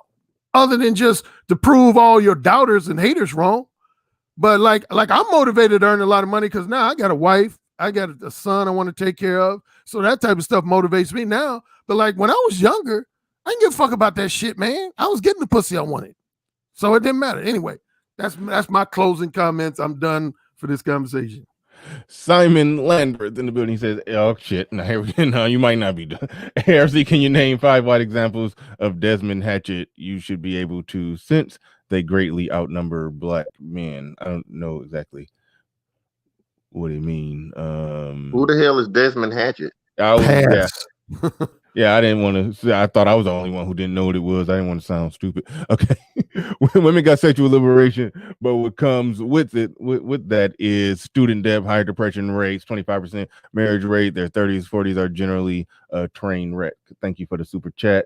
Also, we got this is going to be a bit difficult. Trader MBD, he said this looks-ish is only in the Western world and the bizarro land, Black America. Useless Familiar says maybe Obsidian would be right in a different environment, but it looks are definitely first in a 20 to 35 range in the environment. Yeah, women, I think it's fair. I mean, women are choosing off different criterias and not good long-term criterias in their 20s all the way up into their early to mid 30s. That's why they calling in the Kevin Samuels show at 35 with a couple kids trying to figure out how to get a man of higher value, you know. So yeah. So in the book, bitches like Zero says, in the book, bitches like shiny. In the book, bitches like shiny. I want to read an excerpt where the author proposes that if you put a diamond on top of a trap door, you can catch a bunch of bitches. Thank you, Zero. Number 16 says, books about what women want, I give that side eye. Solo says, great show last Friday. Bernard, I think I caught up to the ones that I have read. So look, I'd like to thank everybody for coming on through. Okay, we might get MOT's last words. Take us home, and then we get the hell up on out of here. L Boogie in the building. He says, women. Okay, I already read that one. Good. All right, cool. Go ahead, MOT. Even though Zero trying to come through at the buzzer, he said the takeaway from this conversation. Hey, can you hear me at all? The thing that matters. Yeah, we can hear you. The thing that take away from this conversation is the thing that matters is what chicks want and what chicks think. All right, go ahead. Thank you for that, Zero. Thank you for all your super chats. A lot of them today. Go ahead, MOT. You got the final words, and I'm hitting the end stream button right after you're done talking. You got it. Holy shit. MOT. Won't let him be great. Can you hear me? Yes, we can hear you. Go ahead. Yes. Can you hear me? Yes. Can you hear me? Well, somebody say yes. Okay. He can't hear me. All right. What you guys have seen with Okay. All right. Here's where we have the problem is within the manosphere. You have the pro-bitch argument and the pro-male choice argument. That's all it comes down to. At the end of the day, you have a choice whether you're going to deal with the system or not. You have a choice to look at the data or not. You have a choice to look at the outcomes. There's no way that you can be pro-bitch and not pro-outcomes here. I'm pro with preserving the black male here. So you have to leave this shit alone here. There should be nobody in the fucking manosphere who's pro-bitch point to where we're throwing out male choice. and actual responsibility and actual the things that actually happen within the society. You don't have to fuck with this woman here. You do, that's on you. If you email me with this shit, I'm gonna come hunt your motherfucking ass down. You know what the consequences are to this shit within this environment. She has infinite dick. You're not gonna be able to compete with that. If you want to preserve yourself, you leave this domestic motherfucker the fuck alone. If you do not, you're going to deal with unlimited fucking consequences. We have a manosphere where we should not be for infinite consequences. I'm telling you, it's too many bitch ass niggas in this space who have joined this space to be pro bitch. They have poisoned this fucking space. And this is it for me actually being on the topic. You guys have a really nice afternoon. Have a nice one. All right. MOT, thank you for the wonderful lead off, even though some technical issues and you kind of got drowned out by all the back and forth and going on and whatnot, but definitely thank you, MOT. You definitely enjoyed the show. Great numbers, great everything. And we are Obsidian. You going live? Obsidian, I got a feeling you're doing a follow-up to this topic tonight. I don't know if Obsidian is there, but all right, make sure. I might. I just might do it's interesting. I'll give a little brief information. Very brief, because my finger is on the end stream button, so very brief. Very interesting exchange that we saw today, ladies and gentlemen. And what is interesting is, it seems to me there is a fight between the empiricists and the believers, because no matter how much empirical evidence was presented, it was continually poo-pooed in favor of belief. And I think that the black manosphere is going to be really, grappling with that schism in times to come.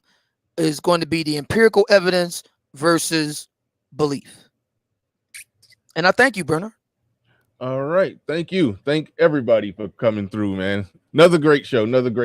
We will be back tomorrow. We will have Fantastic on, and we will be discussing a topic that that's probably going to ruffle some feathers too. I know Obsidian is going to disagree with the topic, but Fantastic picked the topic, so I'm going to interview him and see where he goes with it, because I think it's something along the lines of I don't know. I forgot the topic. I can't even remember it. But yeah, he basically saying that I think it's loosely related to being a 100% dude or versus 50-50 and drawing Russell Wilson, Sierra parallels. I don't know exactly, but it's going to be around that realm. So we shall see. Be back here tomorrow. Check it out. We're going to get it in. Going to do it again. We out of here. Peace.